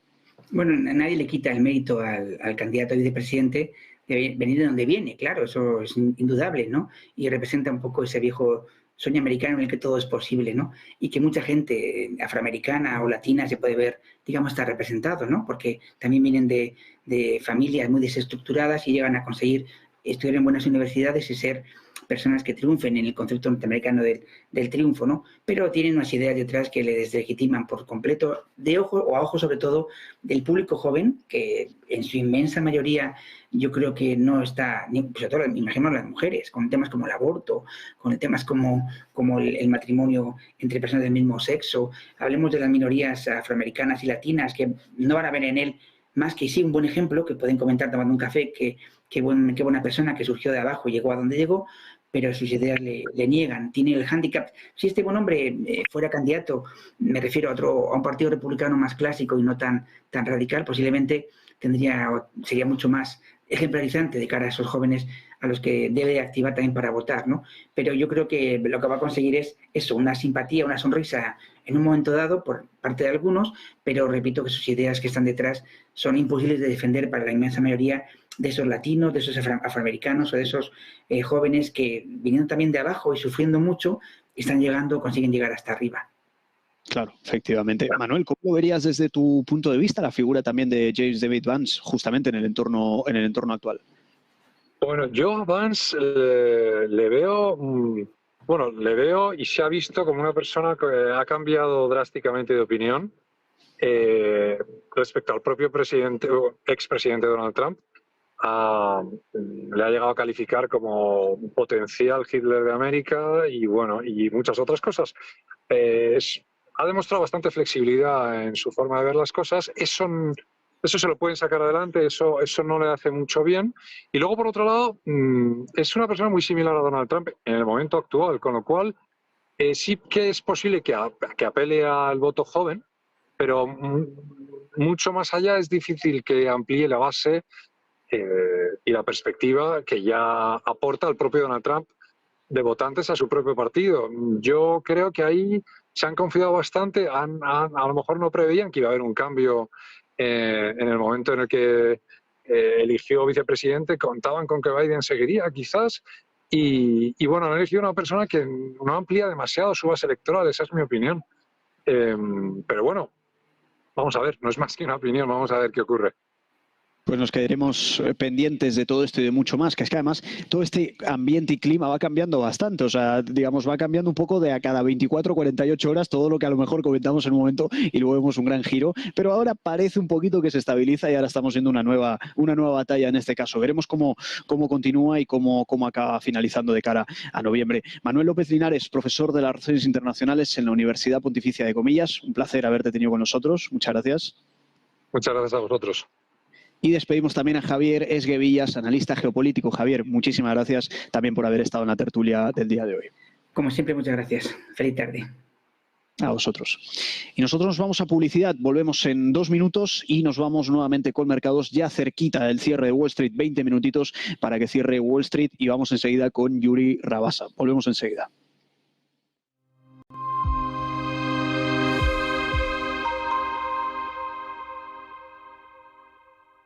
Que llueva, la Virgen de la Cueva. Que llueva, los pajarillos cantan. La nube se levanta, la luna se levanta. Que llueva, la Virgen de la Cueva. Los pajarillos cantan, la luna se levanta. Que sí, que no, que caiga un chaparrón.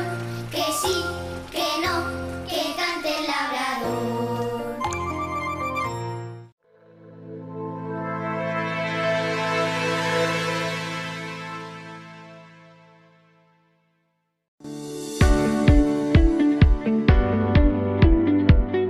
Cuando hablamos de deuda, a menudo no tenemos muy claro de qué estamos hablando, y es que existen distintos tipos de deuda.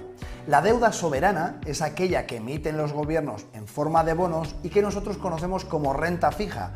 Es cuando el gobierno pide a inversores que presten su dinero para distintas funciones. Bueno, quiero hacer una carretera y no tengo suficiente dinero, lo que hago es emitir deuda y solicito que haya inversores que me presten ese dinero. Lógicamente, ese dinero se presta en un plazo determinado y ese plazo, una vez que llega a vencimiento, se reciben unos intereses. Exactamente igual que cuando nosotros pedimos un préstamo. Pero es que existe también un mercado secundario de la deuda donde las empresas emiten estos bonos, pero corporativos, y hacen un tipo de deuda muy distinta. Lógicamente, no tiene el mismo rating crediticio, no tiene la misma solvencia que un bono soberano, pero el bono corporativo es una manera de capitalizarnos con un riesgo más alto dentro de este segundo mercado, también muy importante.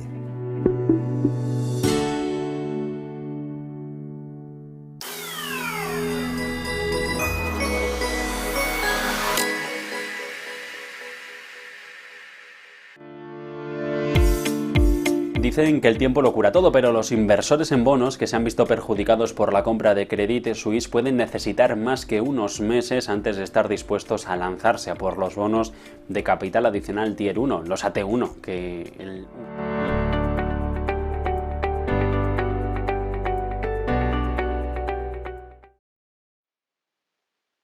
Y estamos de vuelta a Negocios Televisión, muy cerquita ya del cierre de Wall Street y como siempre para cerrar con broche de oro, en este caso recibimos a Yuri Rabasa, analista, asesor y trader financiero. ¿Qué tal, Yuri? ¿Cómo estás? Bienvenido. Franco, ¿qué tal? ¿Cómo estás? Pues muy bien, encantado de tenerte hoy aquí con nosotros para el cierre. Aviso sobre todo a los que nos estéis viendo en directo, a la audiencia a través del chat, si tenéis alguna empresa, algún activo, algo que tengáis en cartera o que queráis tener, cualquier interés que tengáis en algún activo, dejádnoslo saber en el chat, se lo pasamos a Yuri y lo comentamos en directo. Te pregunto, Yuri, primero, ¿cómo estás viendo un poco el mercado? Yo recuerdo que la semana pasada, de hecho, estuvimos hablando de que había mucho cambio, mucho catalizador que se juntaba, teníamos ese viernes vencimiento de derivados también que podía llegar a influir. ¿Cómo lo estás viendo hoy en el entorno actual, sabiendo un poquito que parece que la amplitud quiere recuperar nuevamente? Nasdaq, S&P, mucha caída la semana pasada, pero ahora parece que quieren formar algo de base. ¿Cómo lo estás viendo desde tu perspectiva? Bueno, tenemos un poco más de lo mismo de la semana pasada, es decir, van a empezar a llegar resultados, ahora dentro de un ratito tendremos resultados de Alphabet y y de Tesla, pero todo parece apuntar a que las tecnológicas van a continuar tirando esas 7 magníficas, ¿no? Van a seguir tirando de los principales índices americanos, ¿no? El S&P 500 ahora mismo, que es el que estoy mostrando en pantalla, pues bueno, yo he tomado el retroceso más o menos desde el impulso más importante anterior y habría retrocedido aproximadamente el 38% y técnicamente tiene todo el aspecto de ser una simple corrección para tomar impulso y continuar, ¿no? Por su parte el Nasdaq, pues con una corrección un poquito más profunda, pero técnicamente el mismo aspecto, ¿no? Si mezclamos este aspecto técnico de estos 2 principales gráficos americanos junto con el entorno económico, con los resultados, con lo que esperamos de tipos de interés, pues todo parece indicar que en el medio y largo plazo no hay grandes cambios y que este crecimiento de las bolsas americanas pues sigue siendo relativamente robusto, ¿no? Y que no debemos esperar más allá de cualquier cisne negro que pudiera aparecer, no debería haber demasiadas sorpresas y la tendencia debería continuar en principio. Alguna corrección, alguna sorpresa si se retrasa más la bajada de tipos o si esta es algo más agresiva de lo esperado, pero no parece que sea el caso, ¿no? Todo parece apuntar que eso, que en septiembre se bajarán, habrá una primera bajada de tipos, quizá luego posteriormente alguna más. La base de crecimiento americana sigue siendo no tan robusto como en trimestres anteriores, pero suficientemente robusto. Empieza a haber algunos datos de empleo que llevan a pensar que esa bajada de tipos va siendo necesaria. Tenemos esta semana PIB de Estados Unidos y a final de semana el PCE el viernes, que es el dato más importante que sigue la Fed para ver, pues eso, cómo va la inflación, ¿no? Si nos vamos al Russell y volviendo a la amplitud que tú comentabas, pues efectivamente lleva 2 jornadas verde, rebotando también en ese retroceso del 38%, que me lleva a pensar que técnicamente pues esa primera subida de 4 días en verde tan potente que realizó, que le llevó a romper los máximos, unos máximos muy importantes técnicamente, porque era una resistencia relevante, y una corrección posterior de solo el 38%, pues a mí me indica que hay una fortaleza intrínseca en ese impulso, ¿no? Y que a no mucho tardar podría volver a atacar el 2285.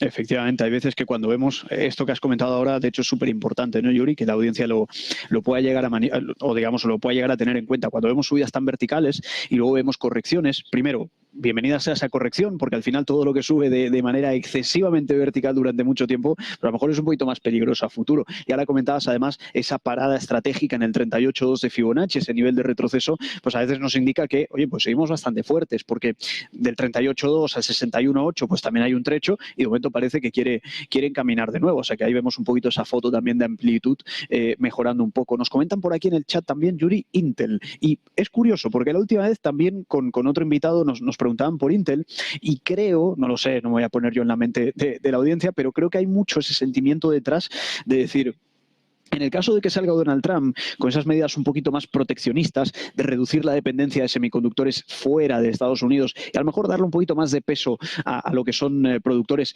nacionales del lado de Estados Unidos, hablaban de que podía llegar a salir beneficiada justamente de este aspecto. Primero, ¿cómo lo ves tú a nivel general? Y segundo, si crees que a lo mejor esta visión que el mercado poco a poco empieza a barajar tendría sentido o no. ¿Cómo lo estarías viendo? Bueno, de momento por fundamentales sería demasiado aventurado, ¿no? Tomar una posición en base a esa posibilidad. Todavía tienen que pasar muchas cosas, ¿no? Y si nos vamos al técnico, pues realmente lo que vemos en Intel es esa potente caída con ese rebote posterior que no lleva a pensar todavía, ni mucho menos, que se ha iniciado tendencia alcista, ¿no? Para que viéramos tendencia alcista, me acercaré un poquito más para que lo veamos, tendríamos que ver después de este avance el retroceso natural que hay después de todo avance, un nuevo ataque a máximos y rotura de ese máximo anterior, ¿no? Ahí sí podríamos pensar que estamos en un inicio de onda alcista, ¿no? O de impulso alcista. Si alguien trabaja con esa hipótesis que tú has planteado de que el futuro escenario estratégico, que en realidad lleva tiempo, esa apuesta estratégica de Estados Unidos por los semiconductores, pues lleva tiempo, se están moviendo muchas piezas a nivel geopolítico, en el tablero geopolítico mundial, por ver quién domina precisamente los semiconductores por la inteligencia artificial, básicamente, ¿no? Pero bueno, en caso de que se trabajara con esa hipótesis y alguien la dé por buena, el hecho de pensar que puede haber, pues se puede favorecer a los semiconductores si gana Trump, pues yo esperaría en todo caso una señal técnica de ese estilo, ¿no? De romper el máximo anterior. Claro, efectivamente. De hecho, esto me trae un poquito a la memoria también de una cosa que comentábamos la semana pasada, y es que, claro, Intel, dentro de todo el grupo de las que han sido ganadoras, ha sido la perdedora, es decir, la perdedora de las que iban ganando a priori, ¿no? Y eso a veces habla de pues, probablemente una debilidad intrínseca que tiene el valor también, y como comentabas tú ahora, ¿no? También, Yuri, pues a nivel fundamental, en el caso de que pueda llegar a aparecer un poquito más precipitado, como mínimo al técnico le pediríamos un nuevo máximo más alto que el anterior, al menos como mínimo, y salir un poco de ese entorno un poquito más de incertidumbre en el cual se ha visto envuelta. Nos pregunta Miguel Llano también, pronóstico eurodólar a corto plazo, por favor. Claro, teniendo en cuenta un poco lo que comentabas hasta ahora, Yuri, también, expectativa de recorte de tasas, lo veíamos contigo la semana pasada de que teníamos poquito más del 95% de probabilidad de recortes en septiembre, y hay algo que me ha llamado la atención, y es que ahora, en el momento en el que vamos a FedWatch Tool y vamos a septiembre, ahora incluso hay una probabilidad ínfima, pero hay una probabilidad 2 con algo, si no recuerdo mal, de hasta 50 puntos básicos de recorte. Claro, ínfima, no es relevante en absoluto, pero yo lo que hago es sumar pues ese sentimiento en general, ¿no? 25 por un lado, 50 por el otro, aunque sea muy pequeñito, lo sumamos y obtenemos más del 96, si no me equivoco, ahora mismo. En teoría el mercado está cotizando esto. ¿Tú cómo verías eurodólar en relación no solo a esto, sino a cualquier otro factor que tú consideres relevante en este entorno? Sí, solo un momento, por comparar Intel, fíjate, tengo en pantalla Nvidia, hablábamos de tendencias sanas, efectivamente, comparando Intel con Nvidia se ve claramente eso que comentabas de lo desfavorecido que ha salido en este ciclo, ¿no?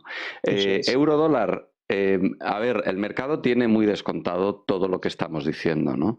El hecho de que vaya a haber bajada de tipos en septiembre, que más o menos habrá alguna bajada de tipos más por el Banco Central Europeo, y de hecho, también lo comentábamos la semana pasada, perdón, este es el dólar index, aquí tenemos el euro dólar, comentábamos la semana pasada que es ese juego de ping-pong, ¿no? de frontón en el que el euro-dólar ha estado rebotando en ese rango relativamente amplio en función de cómo iba el sentimiento durante este último año, ¿no? Todo el 2023, ¿no? ¿Quién va a bajar antes tipos? ¿Quién hará antes pivote? ¿Quién hará antes pausa? Y durante todo ese juego ha estado completamente en rango el euro-dólar, ¿no? Y eso me lleva a la pregunta del oyente. Ahora mismo esto está absolutamente en rango. Tenemos un rango de libro, distintos niveles de rango, un rango más amplio que iría entre el 1.11 y el 1.05 aproximadamente, un rango intermedio o más pequeño, que es el que tenemos desde aproximadamente el mes de febrero de este año, que va desde 1.095 hasta 1.060 y algo. Dentro de ese rango, fíjate que el mínimo anterior no llegó a alcanzarlo, ¿no? Y se quedó en 1.069 prácticamente, ¿no? Con lo cual, ahora mismo, en mi opinión, va a estar moviéndose todavía en ese entorno porque, insisto, es que la información que tenemos sobre lo que puede ocurrir está bastante descontada por el mercado, en el mercado de bonos, en todo el entorno, ¿no? Con lo cual ahí no debería haber más sorpresas, salvo que, como decía antes, algún cisne negro, no sé si llamarlo así, pues que no hubiera la bajada de tipos en septiembre por parte de la Fed, o que fuera mucho más brusca, o que hubiera sorpresas en ese tipo, ¿no? Claro, ese efecto sorpresa a veces sí que es verdad que acaba con las narrativas rápidamente, ¿no? O sea, de hecho yo creo que a veces el mercado se mueve mucho precisamente en ese tipo de narrativas. O sea, a principio de año tendríamos pues esa posibilidad de, algunos decían 6 hasta 7 recorte, qué locura, ¿no? 6 y 7 recorte de tasas y ahora mismo se baraja una, como muchísimo 2. O sea que al final eso también a veces acaba reflejando en el precio y como comentabas tú ahora, Yuri, ese escenario un poquito de ping-pong, lateralidad, con todo descontado, pues a lo mejor de cara a los day traders, scalpers o un swing trader un poquito más cortoplacista, pues a lo mejor puede aprovechar lo que tienen este tipo de escenarios, que son, digamos, tendencias bidireccionales a lo largo del tiempo, ¿no? No muy expansivas en cualquier caso, pero bueno, bidireccionales. Nos pregunta por aquí Esther Cuello, Yuri, por el crudo, West Texas concretamente. ¿Cómo lo estás viendo? Porque de hecho lo hablaba antes con un invitado también y veíamos fuertes caídas. Se hablaba mucho de la amenaza de recorte de producción por parte de Arabia Saudí, pero luego se habla de un problema en la demanda también, y no sé cómo lo ves tú, Yuri, pero yo a veces he visto mucho el crudo como indicador de decir, si sube mucho, cuidado la inflación, si cae mucho, cuidado que nos vamos a recesión. Más allá de eso, algo a nivel técnico que puedas llegar a destacar también para la audiencia. Mira, a nivel técnico realmente sigue en rango, ¿no? Comentábamos la semana pasada esa zona de control que lleva año y medio aproximadamente, año y 8 meses prácticamente, en torno a los 80, ¿no? Pero diría que a nivel de fundamentales el precio del crudo va a pivotar, el mercado del precio del crudo está pendiente de 3 factores fundamentales, ¿no? El primero es la evolución de la economía china.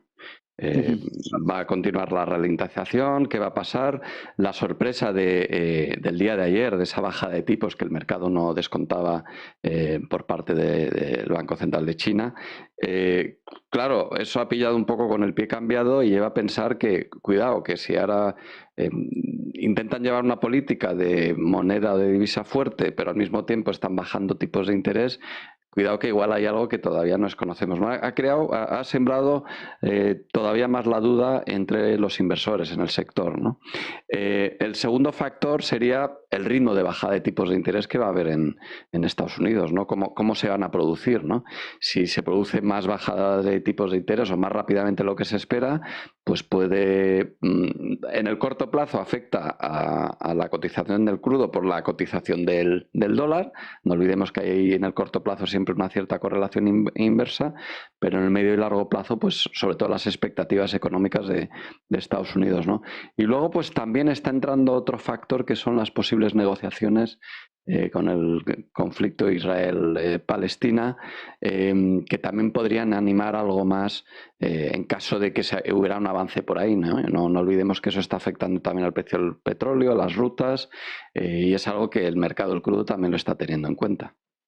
Correcto. De hecho, señalabas ahora el punto de control, ¿no? Del que hablabas justamente en el crudo, y además que lo estaba mirando también aquí en mi gráfico, si no me equivoco, pues más de 600 días, más o menos, que estamos viendo un poco esta especie de lateralidad, ¿no? Justamente en referencia al punto de control que nos señalaba justamente Yuri ahora. Y además, Yuri nos señalaba 3 puntos, lo digo para la audiencia para que los recuerde. 3 factores a vigilar en el crudo, que nos acaba de decir Yuri, sería demanda de China, que se vaya un poquito recuperando, ¿no? Esa velocidad en la bajada de tipo de interés por parte de la FED, en este caso, además, crudo cotiza en dólares, o sea, es fundamental. Y luego, por otro lado, pues esas negociaciones también en el conflicto de Oriente Medio. 3 factores que yo considero que, vamos, te lo enmarco, Yuri, porque definitivamente son la variable, el semáforo a vigilar de cara a futuro. Nos pregunta Javi Hernández, ¿es momento de entrar en CrowdStrike? Perdón. De hecho, antes justo quería preguntarte por lo mismo, Yuri, porque se hablaba de que sobre todo semana pasada, ¿no? Viernes, fuerte caída, pero llegaba una especie de soporte clave, ese soporte que está un poquito, bueno, ahora ya lo ha roto, según lo estamos viendo en tu gráfico, pero lo veíamos eso, que precisamente ahora, esta semana, ha roto el nivel de suelo, y había muchas gestoras diciendo, no sacándolo de la cartera, pero cambiando e infraponderando la exposición de cara a CrowdStrike. Pero claro, no sé cómo lo verás tú, pero se habla mucho o al menos yo, esto ya más bien es mío, más que se hable mucho, es una percepción mía, del switching cost, ¿no? Que a veces hablamos en análisis fundamental de esa ventaja por coste de cambio, qué coste real tiene que la mayoría de empresas que utilicen CrowdStrike como ciberseguridad lleven a cabo un cambio. Porque cuando lo hace un retail, un minorista, pues es una llamada, pero de cara a una empresa es un coste importantísimo. Y decían, por un lado eso, hablaban también de que este pánico generado podía llegar a significar una rebaja, un descuento. ¿Cómo lo estás viendo tú desde tu punto de vista, Yuri? Bueno, han pasado realmente pocos días, ¿no? Y habrá que verlo, ¿no? Técnicamente vemos una fuerte tendencia alcista. Por mantener el contexto, vemos una fuerte tendencia alcista. Es verdad que se rompió ese soporte, pero realmente con un movimiento fuertemente emocional, sumamente emocional, que a veces puede ser más por pánico que por fundamentales. No cabe duda que el daño reputacional es muy fuerte para la compañía con todo lo que ha pasado. No es un error en teoría menor, pero que tiene consecuencias grandes para muchas empresas, pero que, como tú muy bien dices, cambiar de ese tipo de proveedor pues no es tan fácil, ¿no? No es algo que puedan hacer. Hay un coste de migración muy importante que seguramente no estén dispuestos a asumir, ¿no? A ver, solemos decir que cuando veas un cuchillo caerse en la cocina, máquina, no intentes cogerlo al vuelo, ¿no? Es una frase muy de traders, ¿no? Entonces ahora mismo yo aquí veo un cuchillo cayéndose, casi me esperaría a ver si toca suelo el cuchillo, ver cómo se producen esos rebotes una vez que toca suelo y a partir de ahí tomar decisiones si es que alguien quiere subirse a esa posible reanudación de la tendencia, ¿no? Entrar en estos momentos depende de tu perfil de riesgo, pero en principio sería bastante arriesgado, ¿no? Porque podrían llegar nuevas noticias sobre este tema, podría haber segundas y terceras partes, ¿no? Entonces, en entornos así altamente emocionales es casi mejor esperar, tomar pausa. Hay muchos activos, no hay que intentar siempre comprar más barato que nadie, tomar un poco de perspectiva y luego tomar decisiones. Efectivamente, de hecho, hilándolo un poco con lo que comentabas ahora, se filtraba hoy algunos comentarios que decía que CrowdStrike advertía a alguna de las empresas también de decir, cuidado que se ha podido filtrar algún dato, así que cuidado con los piratas en este caso. Y bueno, eso como acabe llegando de verdad a los mercados, si es que no ha llegado ya y se refleja en esa caída, pues veremos, ¿no? Pero como bien comentabas, Yuri, coger un cuchillo cuando cae no es buena idea, así que al final que haga un poquito de base y a partir de ahí podremos llegar a replantear. Yuri Rabasa, analista, asesor y trader financiero, muchísimas gracias por haber acudido a nuestra llamada hoy justo al cierre de Wall Street, que hemos escuchado las campanas. Gracias, Yuri. Nos vemos en la próxima. Gracias a vosotros. Hasta otra. Hasta otra, Yuri. Gracias. Y nosotros con esto nos despedimos. Hemos tenido un inicio de semana